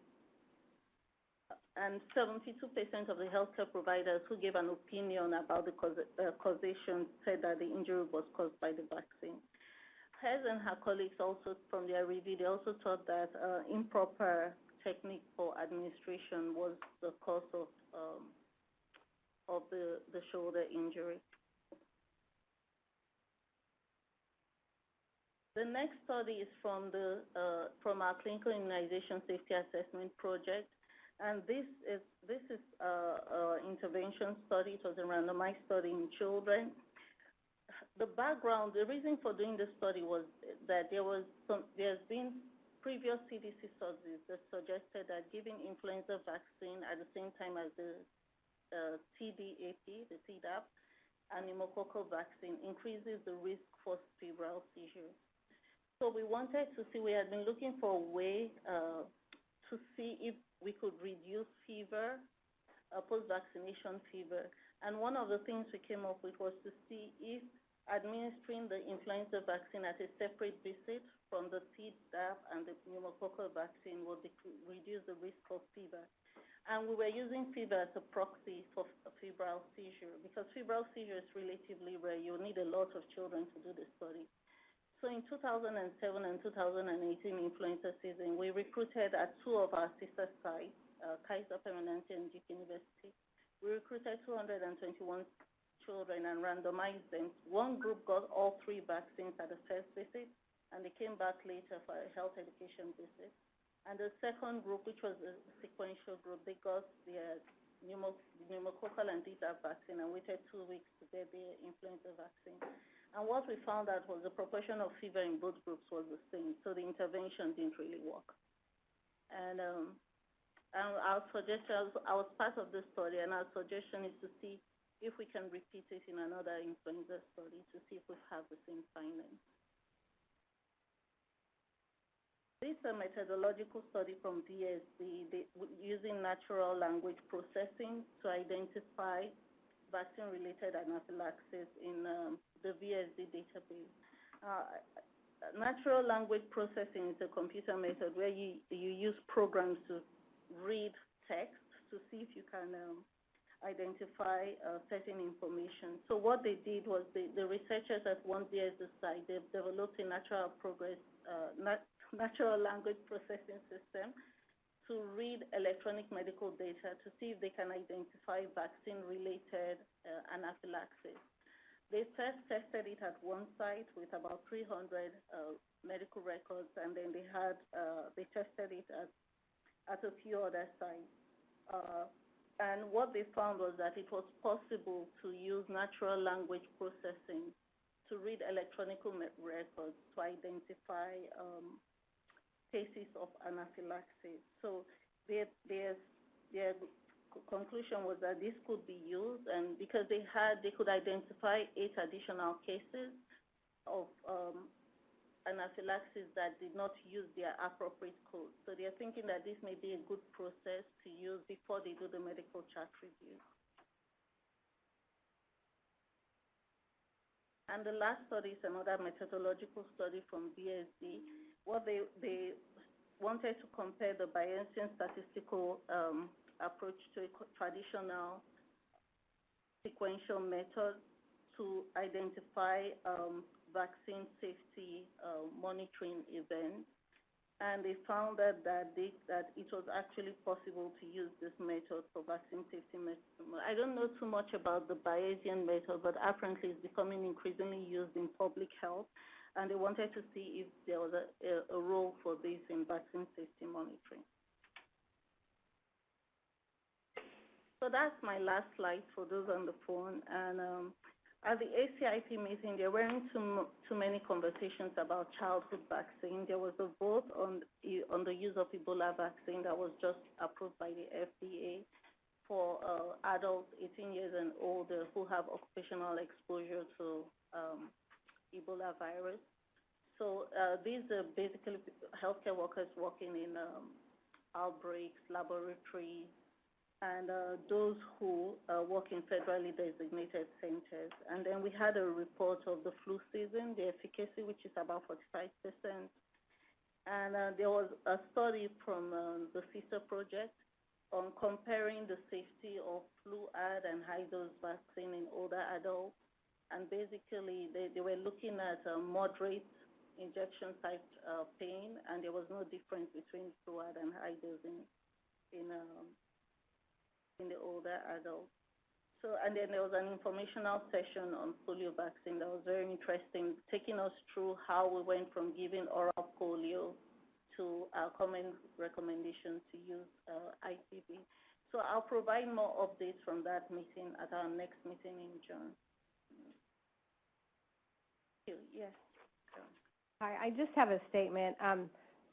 probably less than a question, but when I read these reports, because I've read numerous reports, theirs is referred to often, and it seems that anytime theirs has an adverse event to report, then it talks about the system that we use, but it's a passive system, so it doesn't have really the correct information to actually to be able to use it. And then I've heard that there's less than 1% reports to VAERS. So I get it.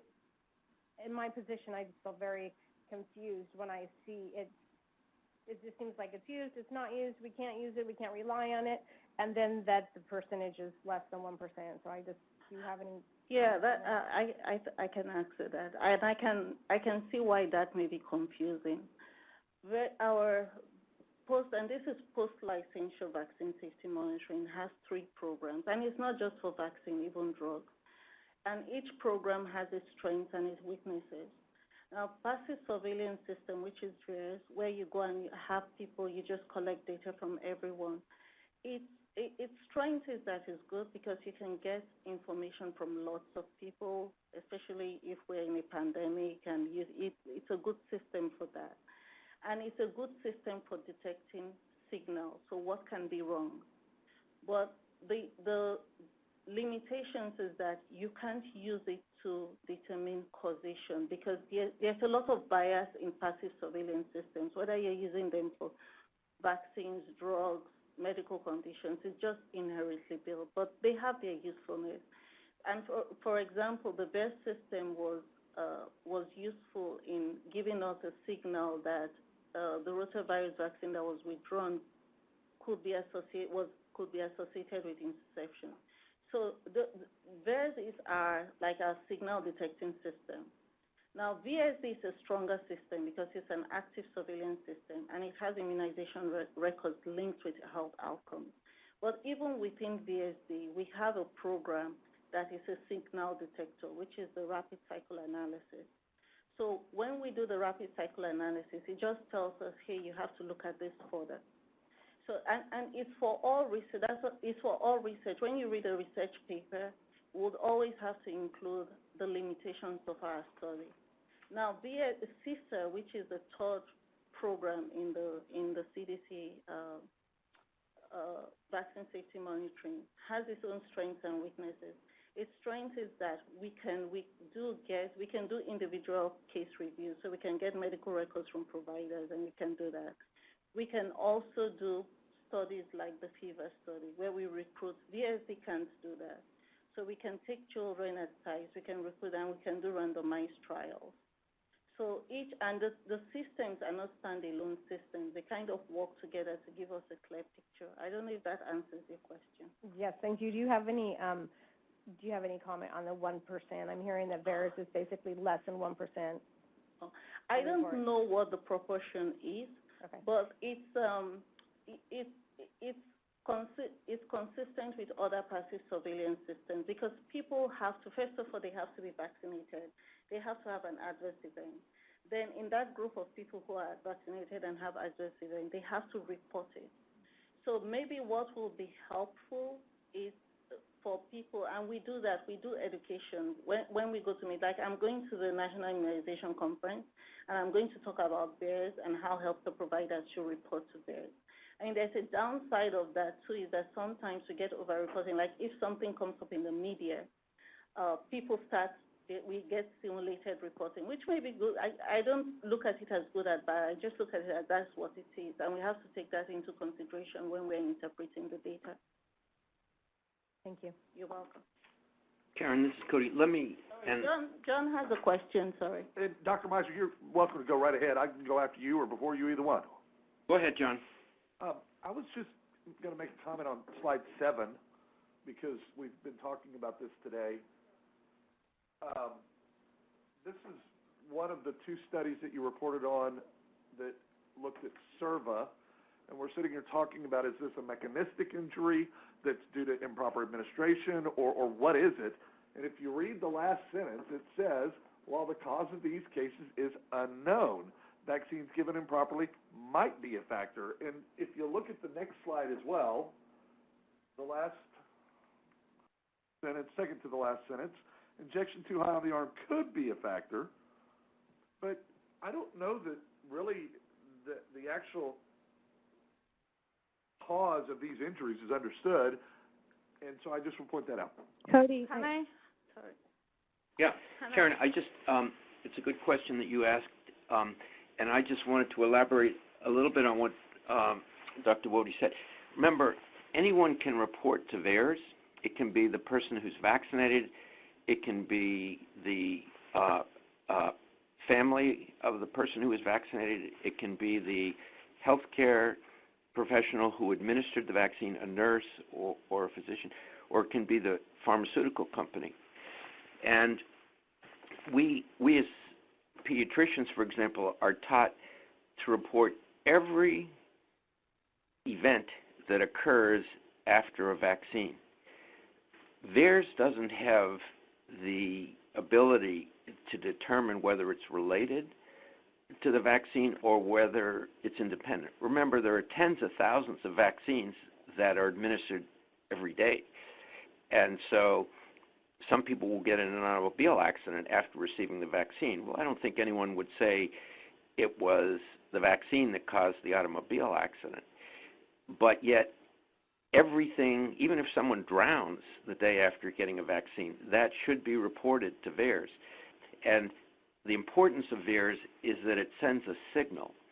And then the FDA and the CDC use the other programs that Dr. Wody talked about to see if there really is a correlation, because they can then look at both the number of cases and the denominator, that is how many doses were administered, to see if there is a signal regarding safety. You can't do that with VAERS. You just simply have to make a report, and then other programs are designed to see if there is any association. Thank you, Cody. I fully understand. I remember I was very grateful to report Lauren's injury in '94, but although I was the only one to report her injury, her death was also never reported.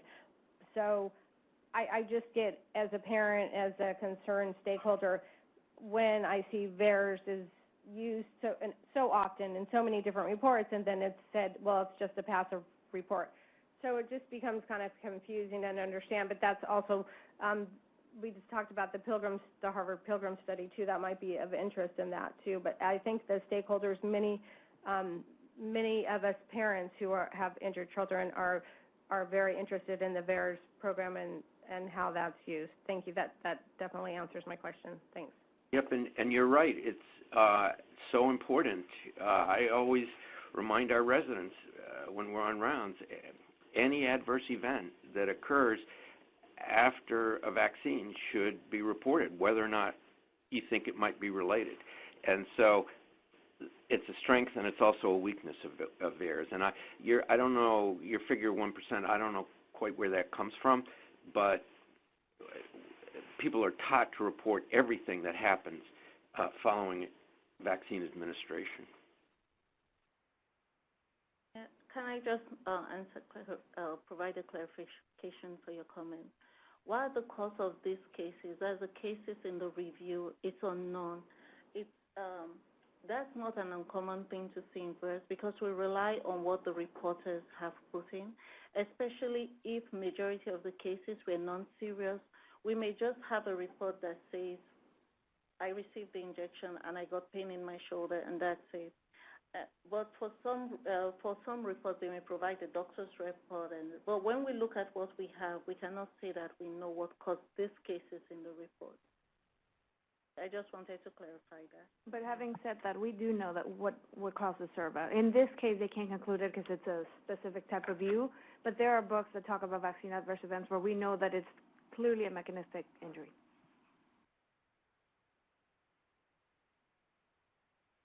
Question? Okay. Any other comments?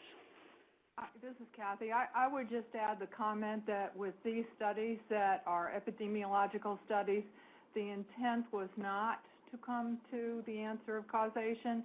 It was to give frequency and correlations, which it had, both studies that you point out have done that, and they do help us raise red flags and see what we should study further, but it's a different kind of study that would be able to tell us about causation. Thank you. Okay, thank you very much, Dr. Wode, for that presentation. Thank you, Dr. Mike. Let's see. We still have a little bit of time. Should we move on to the NIAID report before lunch? Is Claire Schuster here? Cody, this is Tamara. Yes, Claire is here. And she's walking up to the podium now.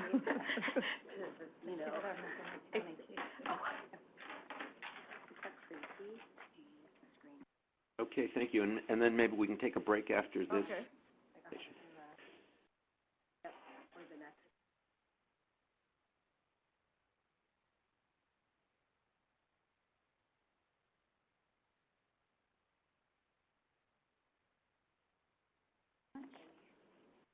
Hi, I'm Claire Schuster, and I'm here to present the update for the National Institutes of Health.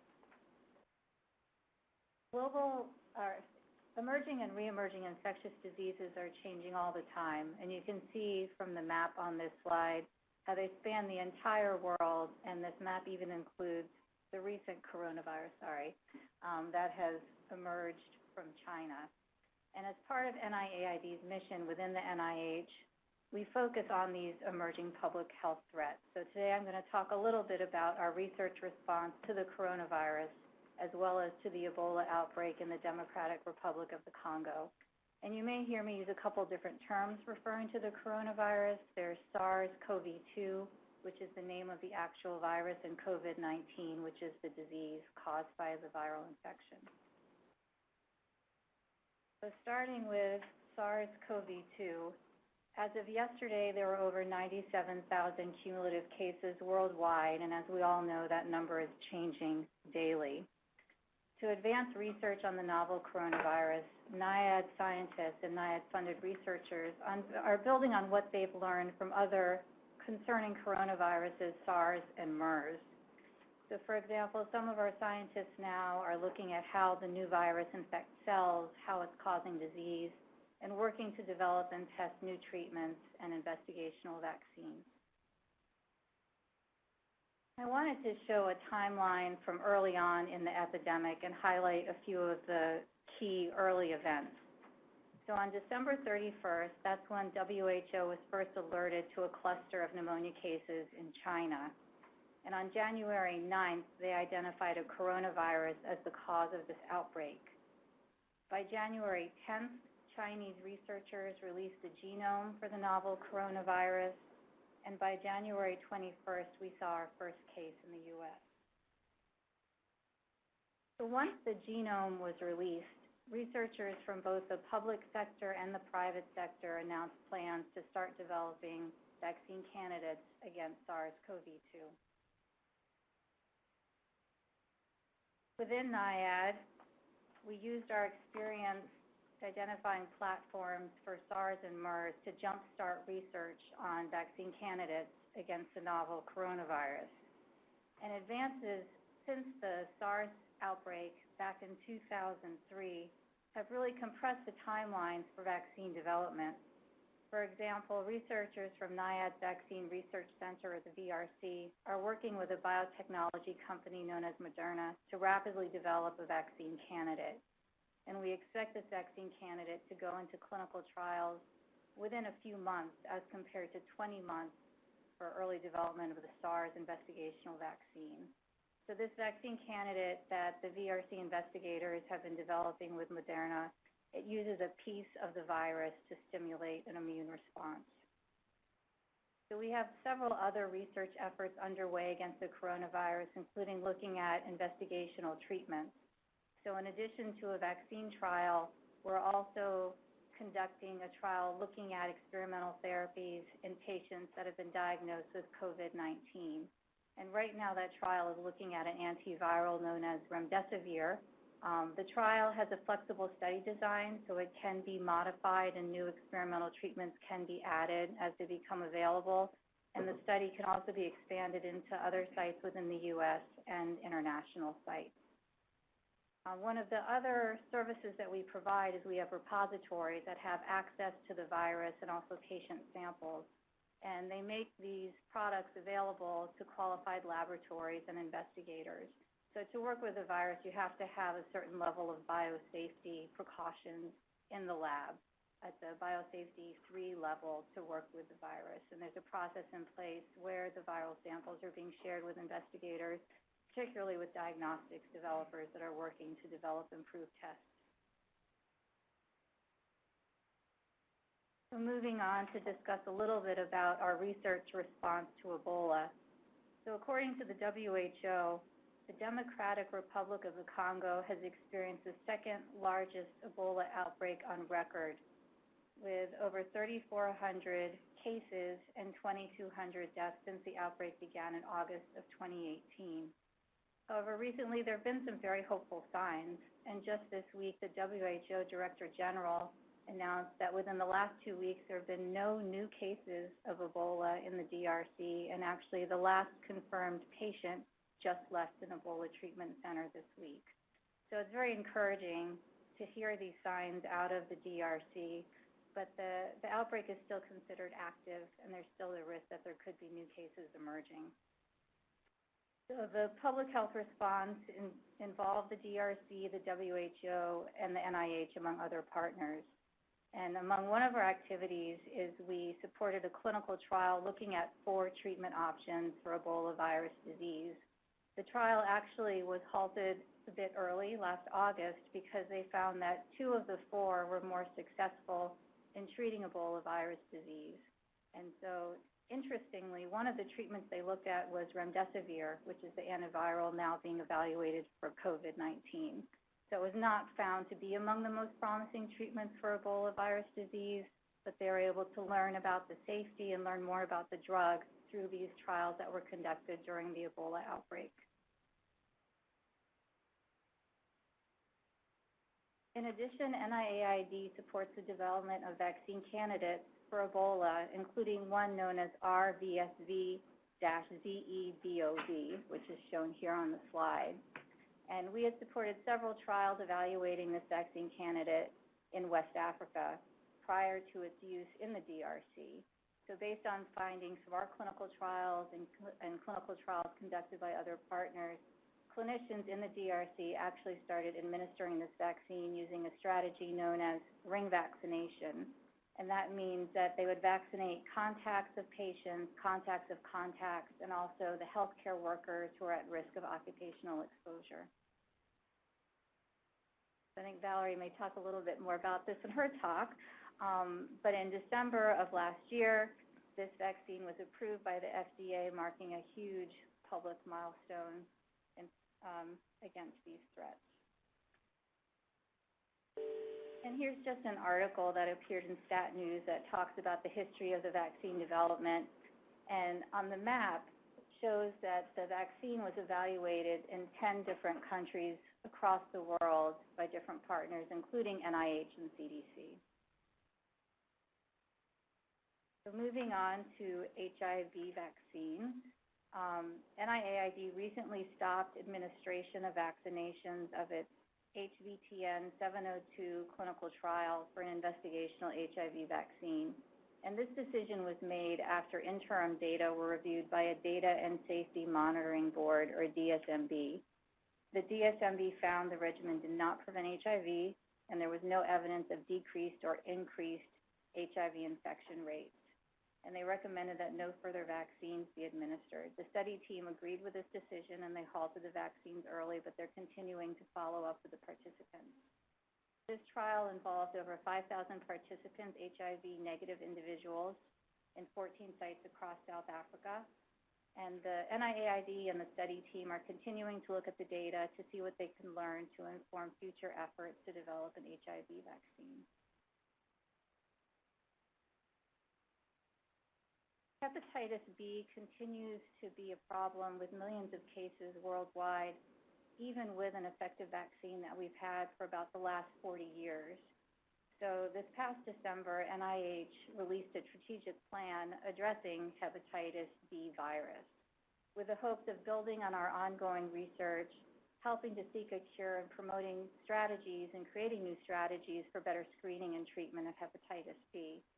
There are three main strategic priorities. One is to understand hepatitis B biology, which is essential for developing a cure, developing tools and resources to better understand the fundamental biology of hepatitis B, and also for product development. And lastly, to create strategies for a cure and to prevent hepatitis B. I also wanted to mention that last September, the White House released an executive order on modernizing influenza vaccines in the U.S. to promote national security and public health. And through this effort, the administration is prioritizing government efforts to modernize and improve production and effectiveness of influenza vaccines, including both seasonal vaccines and vaccines for a potential influenza pandemic. And this is focused on helping to improve manufacturing capability, moving beyond egg-based production, looking for ways to accelerate production of influenza vaccine, promoting increased influenza vaccine immunization in the United States, and looking at developing broadly protective vaccines. I know here we've talked about universal influenza vaccines, so those types of vaccines that could provide durable, long-lasting protection against a variety of influenza strains. And lastly, I just wanted to mention a new program that NIAID is supporting called the Infectious Diseases Clinical Research Consortium. We announced the launch of this program in December, and this includes our long-standing vaccine and treatment evaluation unit, as well as companion leadership group.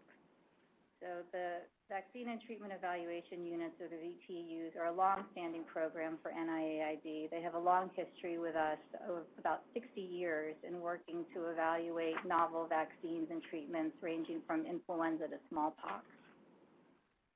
We intend to provide approximately $20 million per year for this program over 7 years. Here is a map showing where our VTEU sites are located across the country. These sites will have the capability to conduct phase 1 through phase 4 clinical trials and may collaborate with industry on specific studies. And depending on the disease condition or needs, they also have the ability to establish sites outside the country and enroll participants from additional countries. With my talk for today, I'm happy to take any questions. Yes? Thank you very much, Claire. I hope everyone appreciates the remarkable progress that's being made on the CDC guidance, particularly in relation to Ebola and this novel coronavirus that's circulating. It's really remarkable how quickly things are progressing. Dr. Myers, I have one quick question. So I was hoping to maybe be educated a little bit. If a vaccine was approved today for coronavirus, how long does it take to get a vaccine like that manufactured, distributed, administered? I mean, is that a months, years? How does that work? So I'll repeat how Dr. Fauci has described the timeline when I've seen him on television and testifying. So first you start with a phase 1 clinical trial looking for safety, and this is in a healthy population. Actually, the vaccine trials, it always tends to be a healthy population because you're trying to prevent a condition if it's a preventive vaccine. And you're looking for initial safety signals of an immune response. And so that will be the first stage. And that's usually several months. And then if the candidate looks promising, we'd move on to a phase 2 trial, which could involve a couple hundred people. And again, you're looking at safety and for more signs of effectiveness. And that again would be several more months. So to get to the point where a vaccine would actually be deployed for the public, it would be about a year to a year and a half. You know, it's important to gather the data through all of these studies, and of course we'll learn more about the vaccine candidates with more data. I appreciate that. And that is if it's an easy vaccine to make, because some vaccines have taken decades because they're so hard to make. Or the HIV vaccine, you know, that's the example that, you know, we had a very disappointing result from the latest HIV vaccine trial. And John, I think, you know, your question is an important one because traditionally it takes 10 years to develop a new vaccine, but because of the attention that and the development of new methodologies, for example, the concept of administering messenger RNA as a vaccine is almost Star Wars type of stuff. The frontiers are moving so quickly that it becomes hard to answer your question. But I think it is clear that these new technologies may enable the development and distribution of vaccines in a much shorter period of time than has been the case.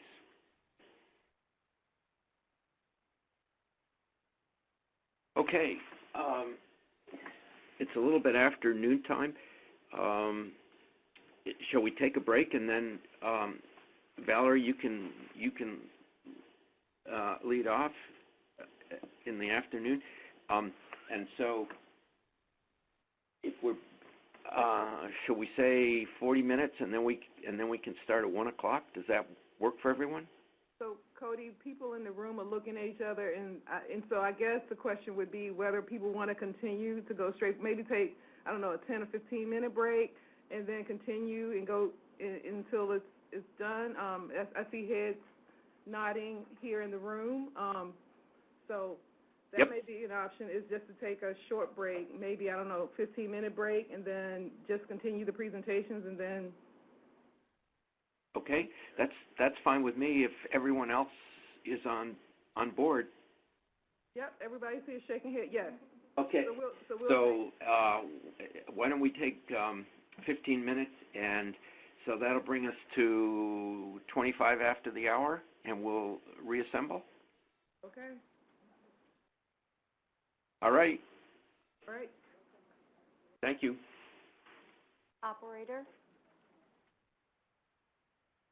Hello, yes, I'm here. I just we're going to stay dialed in since we're taking a shorter break, so we'll be back in about 15 minutes. Okay, sounds good. Would you like me to play the music until you get back? Sure. All right, will do. Okay, thank you so much. You're welcome.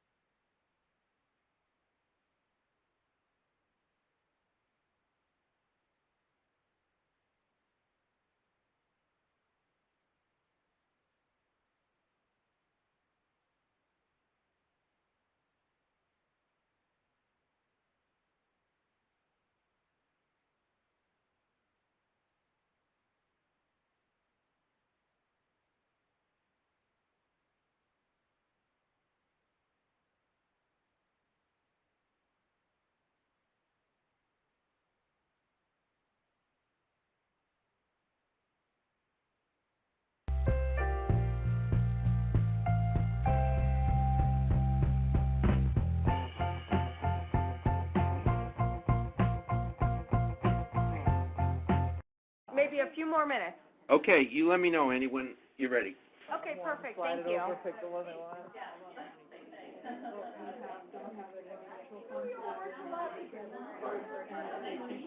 can't tell you on any day where we have, to be honest.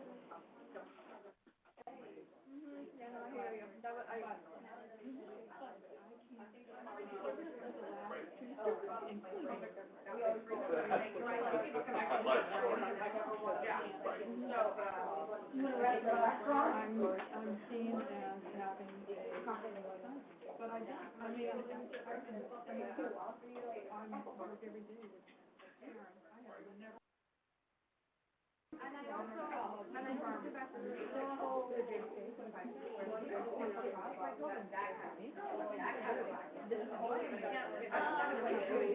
Right, and then you let me show up, I'm like, okay.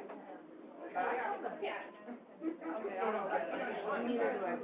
Annie doesn't get it. I mean, she's just, she's having a hard time getting other members to maybe that's what it is. Yeah, right. Or that's right, like, I guess we really are listening to this, but I'm so glad you're on this. Yeah, I'm so glad you're on. It's like,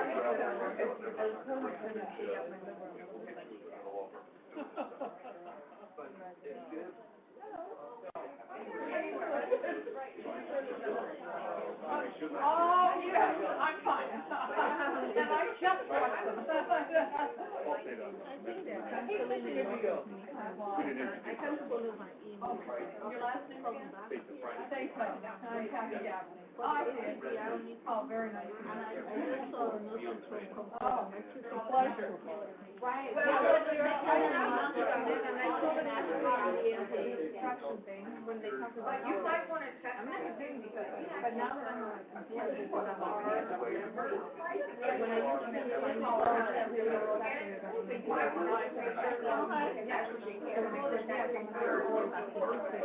something that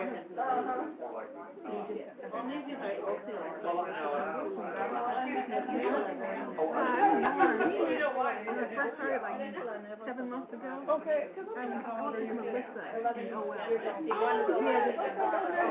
Oh, well.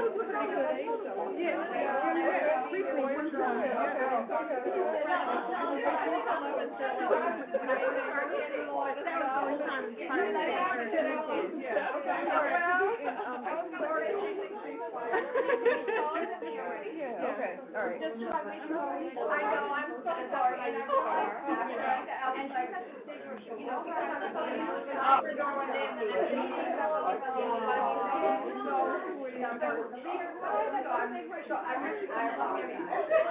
so are we all here? Okay, yeah. Okay. Because Claire already made her presentation, so it's just Valerie and then Ann Aiken is Operator? Hello, yes, I'm here. Okay, I just want to check, Cody, you're still here, right? Am? Okay, I think we can go ahead and get started then. We're all back, Cody. Okay, great. Thank you very much. Okay. I hope everybody had a good lunch. And why don't we resume now? Valerie, I think you're Yes, I'm ready. first up. Okay, thanks. Good morning, I'm Valerie Marshall. I will provide a brief update on FDA activities regarding vaccines. In December 2019, the FDA approved Ervebo, the first FDA-approved vaccine for the prevention of Ebola virus disease caused by Zaire Ebola virus in individuals 18 years of age and older. Ervebo is administered as a single-dose injection and is a live attenuated vaccine that has been genetically engineered to contain a protein from the Zaire. While the risk of Ebola virus disease in the United States remains low, the U.S. government remains committed to fighting devastating Ebola outbreaks in Africa, including the current outbreak in the Democratic Republic of the Congo. This approval is an important step in continuing efforts to fight Ebola in close coordination with partners across HHS, as well as our international partners, such as the World Health Organization. In November 2019, the FDA approved a supplement to the biologics license application for Fluzone to include the high-dose quadrivalent formulation for persons 65 years of age and older for the prevention of influenza disease caused by influenza A subtype viruses and type B viruses contained in the vaccine. In December 2019, the FDA approved a supplement to the BLA for Menveo to include safety and immunogenicity data to support revaccination of adults and adolescents. A single booster dose of Menveo may be administered to individuals ages 15 to 55 years of age who are at continued risk of meningococcal disease if at least 4 years have elapsed since the prior dose of a meningococcal conjugate vaccine. So as was previously mentioned by my colleagues, the FDA is collaborating with interagency partners, product developers, and global regulators to expedite the development and availability of medical products needed to diagnose, treat, mitigate, and prevent such outbreaks. So FDA is committed to partnering with the developers to produce a COVID-19 vaccine. This concludes my report. Thank you. Thank you, Valerie. Are there any questions regarding this report? I do, but I don't think it's for this group. I'll ask it anyway, and you can just shut me up if it's not. Yeah? I didn't realize, and I'm sorry, I just don't keep that close track of the Ebola vaccine, but I didn't realize it was live attenuated. Do we know if because it's live attenuated, if it has similar issues of the actual virus, how it can lay dormant in the eye and all these things? Do we know if it does any of the long-term complications of the virus does, just like varicella, you know what I mean? Right, yeah, I'm not sure about that, but I can double check on that. Just curiosity, it has Right. nothing to do with this group. Right, yeah, I can check on that for you. I think it's a vectored vaccine, so I don't think that that's an issue.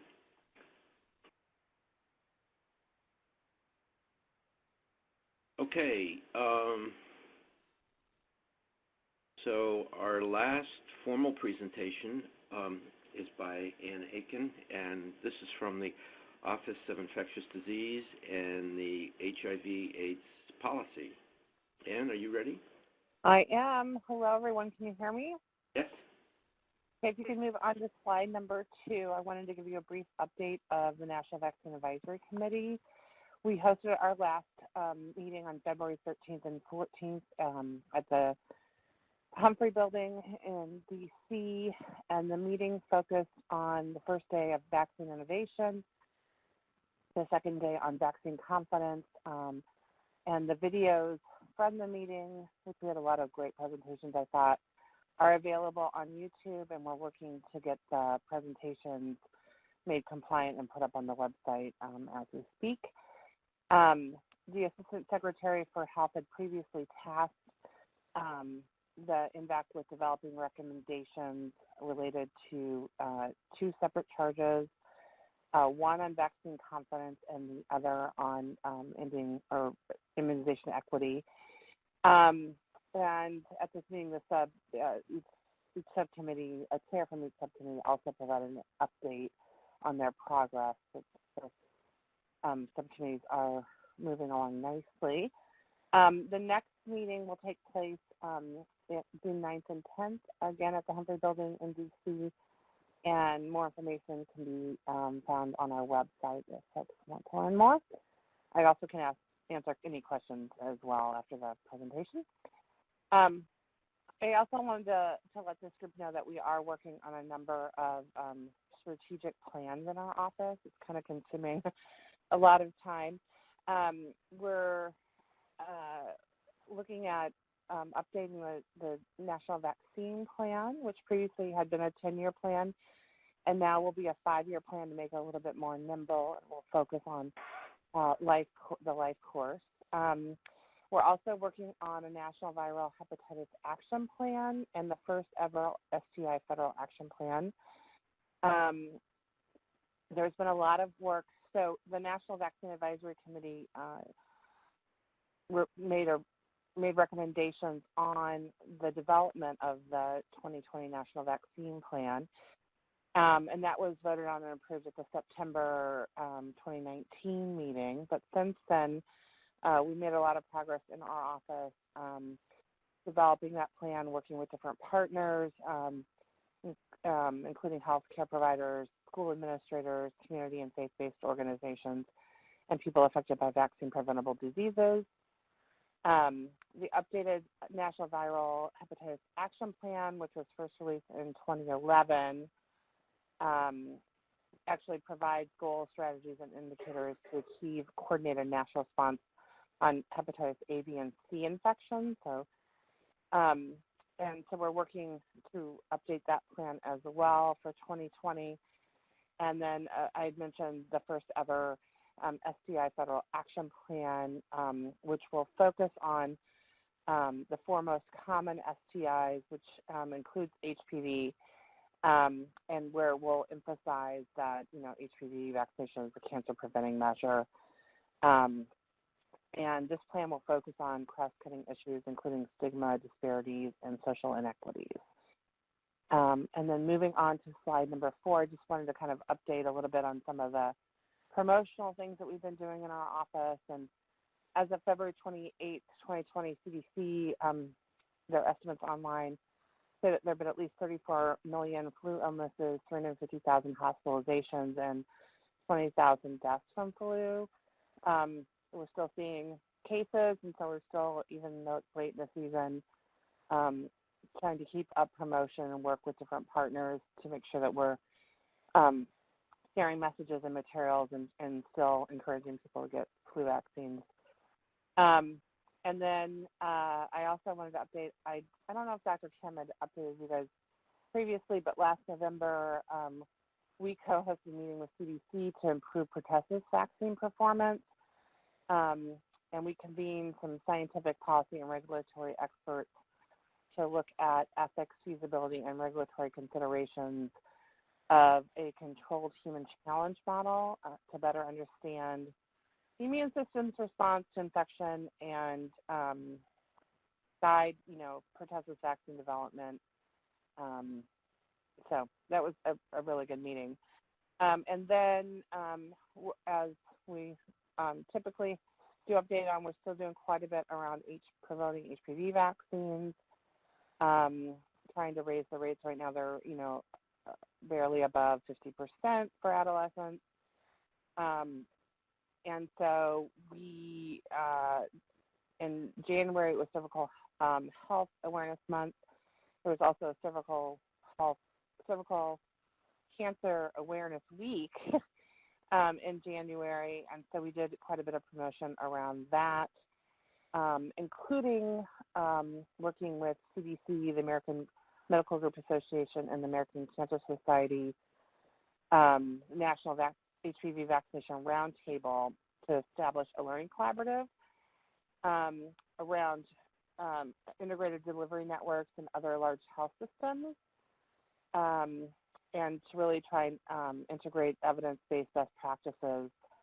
And then we also launched kind of a fun project, which is just a pilot project based off the Million Hearts campaign. And so we're looking at doing a cancer preventing congregations program, which is a faith-based initiative to empower leaders participating in religious organizations around prioritizing HPV vaccination and cancer prevention. And we launched 2 really great videos with Tamika Felder, who is an cervical cancer survivor and an advocate, and she's great on camera and really dynamic. So those are available as well.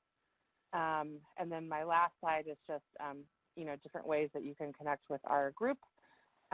We have 2 great websites, do a little bit on social media, and I also just wanted to note that we have a vaccine finder that can be embedded on different websites to help people locate different vaccines. And that's it for me. Okay, thank you very much. Can you go back one slide, Are there any questions for Ann? I do. I have a comment, not a question. Do you see that purple box that says preliminary U.S. flu burden estimates, and we have how many illnesses, how many medical visits, hospitalizations, deaths? It'd be great if in this group, for this group of people where we're at right now, we could have that type of information displayed almost in parallel to the information you're presenting about the reports that come to ACCV and the courts, because one of the things I teach my residents is how horrible human beings are at numbers. We are. No matter if you're a mathematician, we are horrible at estimating risks. And seeing numbers such as how many million people get the flu, how many million people get the vaccine, how many have medical visits, hospitalizations, deaths, reports of SERVA, puts things a little bit in perspective. Because honestly, when you come here and you see 200 something, I don't remember, SERVA cases given for flu, it sounds really scary. That's because you're not seeing all the other numbers. And there's a lot of very good data that can be presented from groups like NVSN, flu estimates, and hospitalizations prevented, deaths averted through vaccination that I think need to also be weighted in. And I'm not saying it's a pitch. It's we need to understand the numbers in context of other numbers. And if we only present this, it's hard to compare. Thank you. I think that was Barbara. Yes, sorry, I should say Barbara. You're here. Yes. And there was just a report recently, I think it was in Clinical Infectious Disease, and it showed the number of influenza medical visits, hospitalizations, and deaths that were prevented by use of the vaccine for last year. So I think that's very helpful information and is a good suggestion. And I also just want to say we did do this presentation ahead of time, so those numbers are actually outdated, and the ones I read were the ones from the CDC website as of today, which only go to February 28th of 2020. So just to make sure that that's clear. Right. So the numbers are even worse. All right. Tamara, the next item is the public comment. Is it okay if we have that section now a little bit early? Yes, that's fine. Okay. Operator, is there anyone on the line with an interest in commenting or asking questions? As a reminder, if you would like to comment, press star, then 1, unmute your phone, and record your name clearly when prompted. I am not showing any comments at the moment.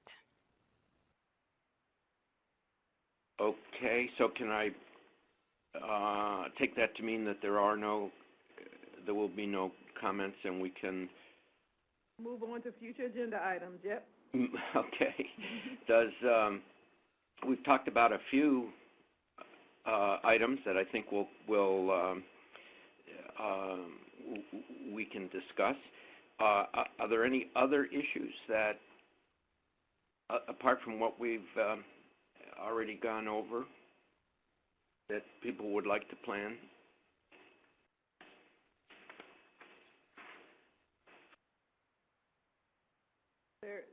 People are quiet in the room, Cody. So I think people, like you said, because you've had the group has had this discussion and had mentioned some items already. So. Okay, and I'm just looking through. Here it is. So our next meeting date is June 4 and 5. Yes. And so people should put that on their calendar. And have we determined if that will be an in-person or a teleconference call? It is likely that it'll probably be a phone call. Okay. All right. Well, still please put it on your calendar, everyone. And are there any concluding remarks, John? Anything you would like to say, or anyone else? I think I've said a lot. I don't know that I have anything else to say. Thank you, though. Yeah, okay. No, your comments are very helpful. I would just say, who do we need to fill in this group? Because I agree with Karen that we need to have this group be full. Maybe we can all just talk about that really briefly so that we can all help recruit people. There's one more lawyer missing, I think, one more regular public person, one parent. So, yeah, so we are having to fill the general attorney slot Do you know any general attorneys, John? We're having to fill the other parent slot, the general member of the public slot, the manufacturer's attorney. How do you find a manufacturer's attorney? Because all the other ones, I think we have people here that can find them. I'm looking at all three of us and whoever else wants to, but how do you find the manufacturer's attorney? So generally, we've gotten recommendations from various pharmaceutical companies. They're aware, and also from trade associations. Trade associations, Jen, I'm looking at you. Has recommended people in the past. Like I say, vaccine companies have recommended people in the past. We've had general counsels of vaccine companies. We've had. Do we have under review, or are we just like? So. I wonder if Dino might be able to suggest someone.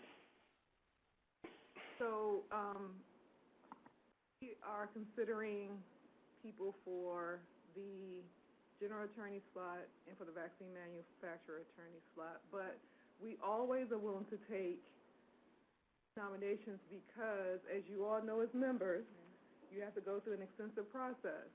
And so, sometimes you get at one point in the process and it doesn't work out. So that has happened, especially when it comes to the ethical and financial considerations. It doesn't always work out once you get to that point with some people. So, like I said, we always are willing to take nominations because at this point we have people, but once you start going through the process,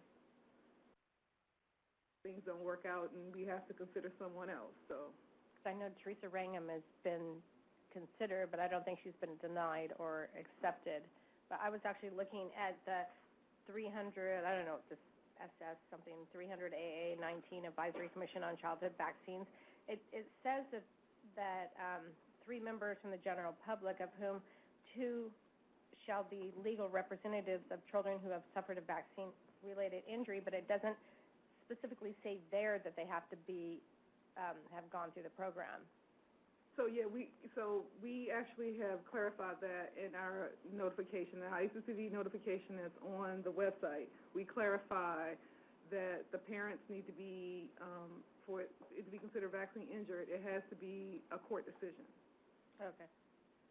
The general member of the public is just, it could be anyone. Is there a way that the Department of Justice can help? I don't know if is it kosher to send a letter to parents that have gone through this process and ask them to make them aware of the opportunity? We have to work through petitioner's attorney, and we do that. We work with the Department of Justice to contact petitioner's attorneys and say, do you have people who've gone through the program that are interested? So yes, we use that mechanism as well. We do.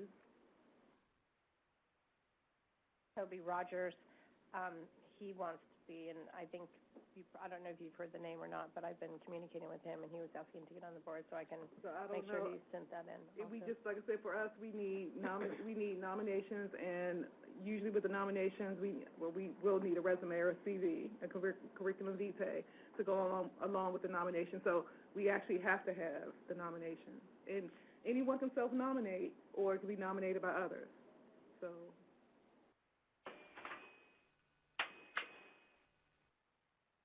Is there a place online where people can go and see the announcements and nominate themselves? Yes, it's actually on the National Vaccine Injury Compensation website. There is a page, and Annie, you want to look and see the page? Yes.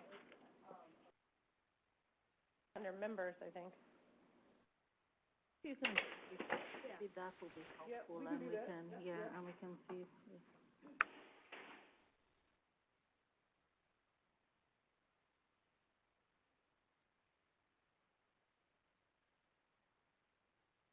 So Annie will send that link out to everyone here, so that, definitely if you are aware of people, please send out that link to them. And like I said, people can self-nominate.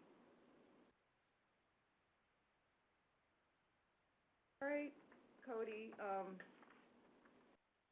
Okay, well, thanks to everybody for your participation today. I thought it was very interesting and enlightening discussion, and we'll look forward to some of the upcoming events. Thank you, everyone. Bye-bye. Take care. This concludes today's conference. All participants may disconnect at this time.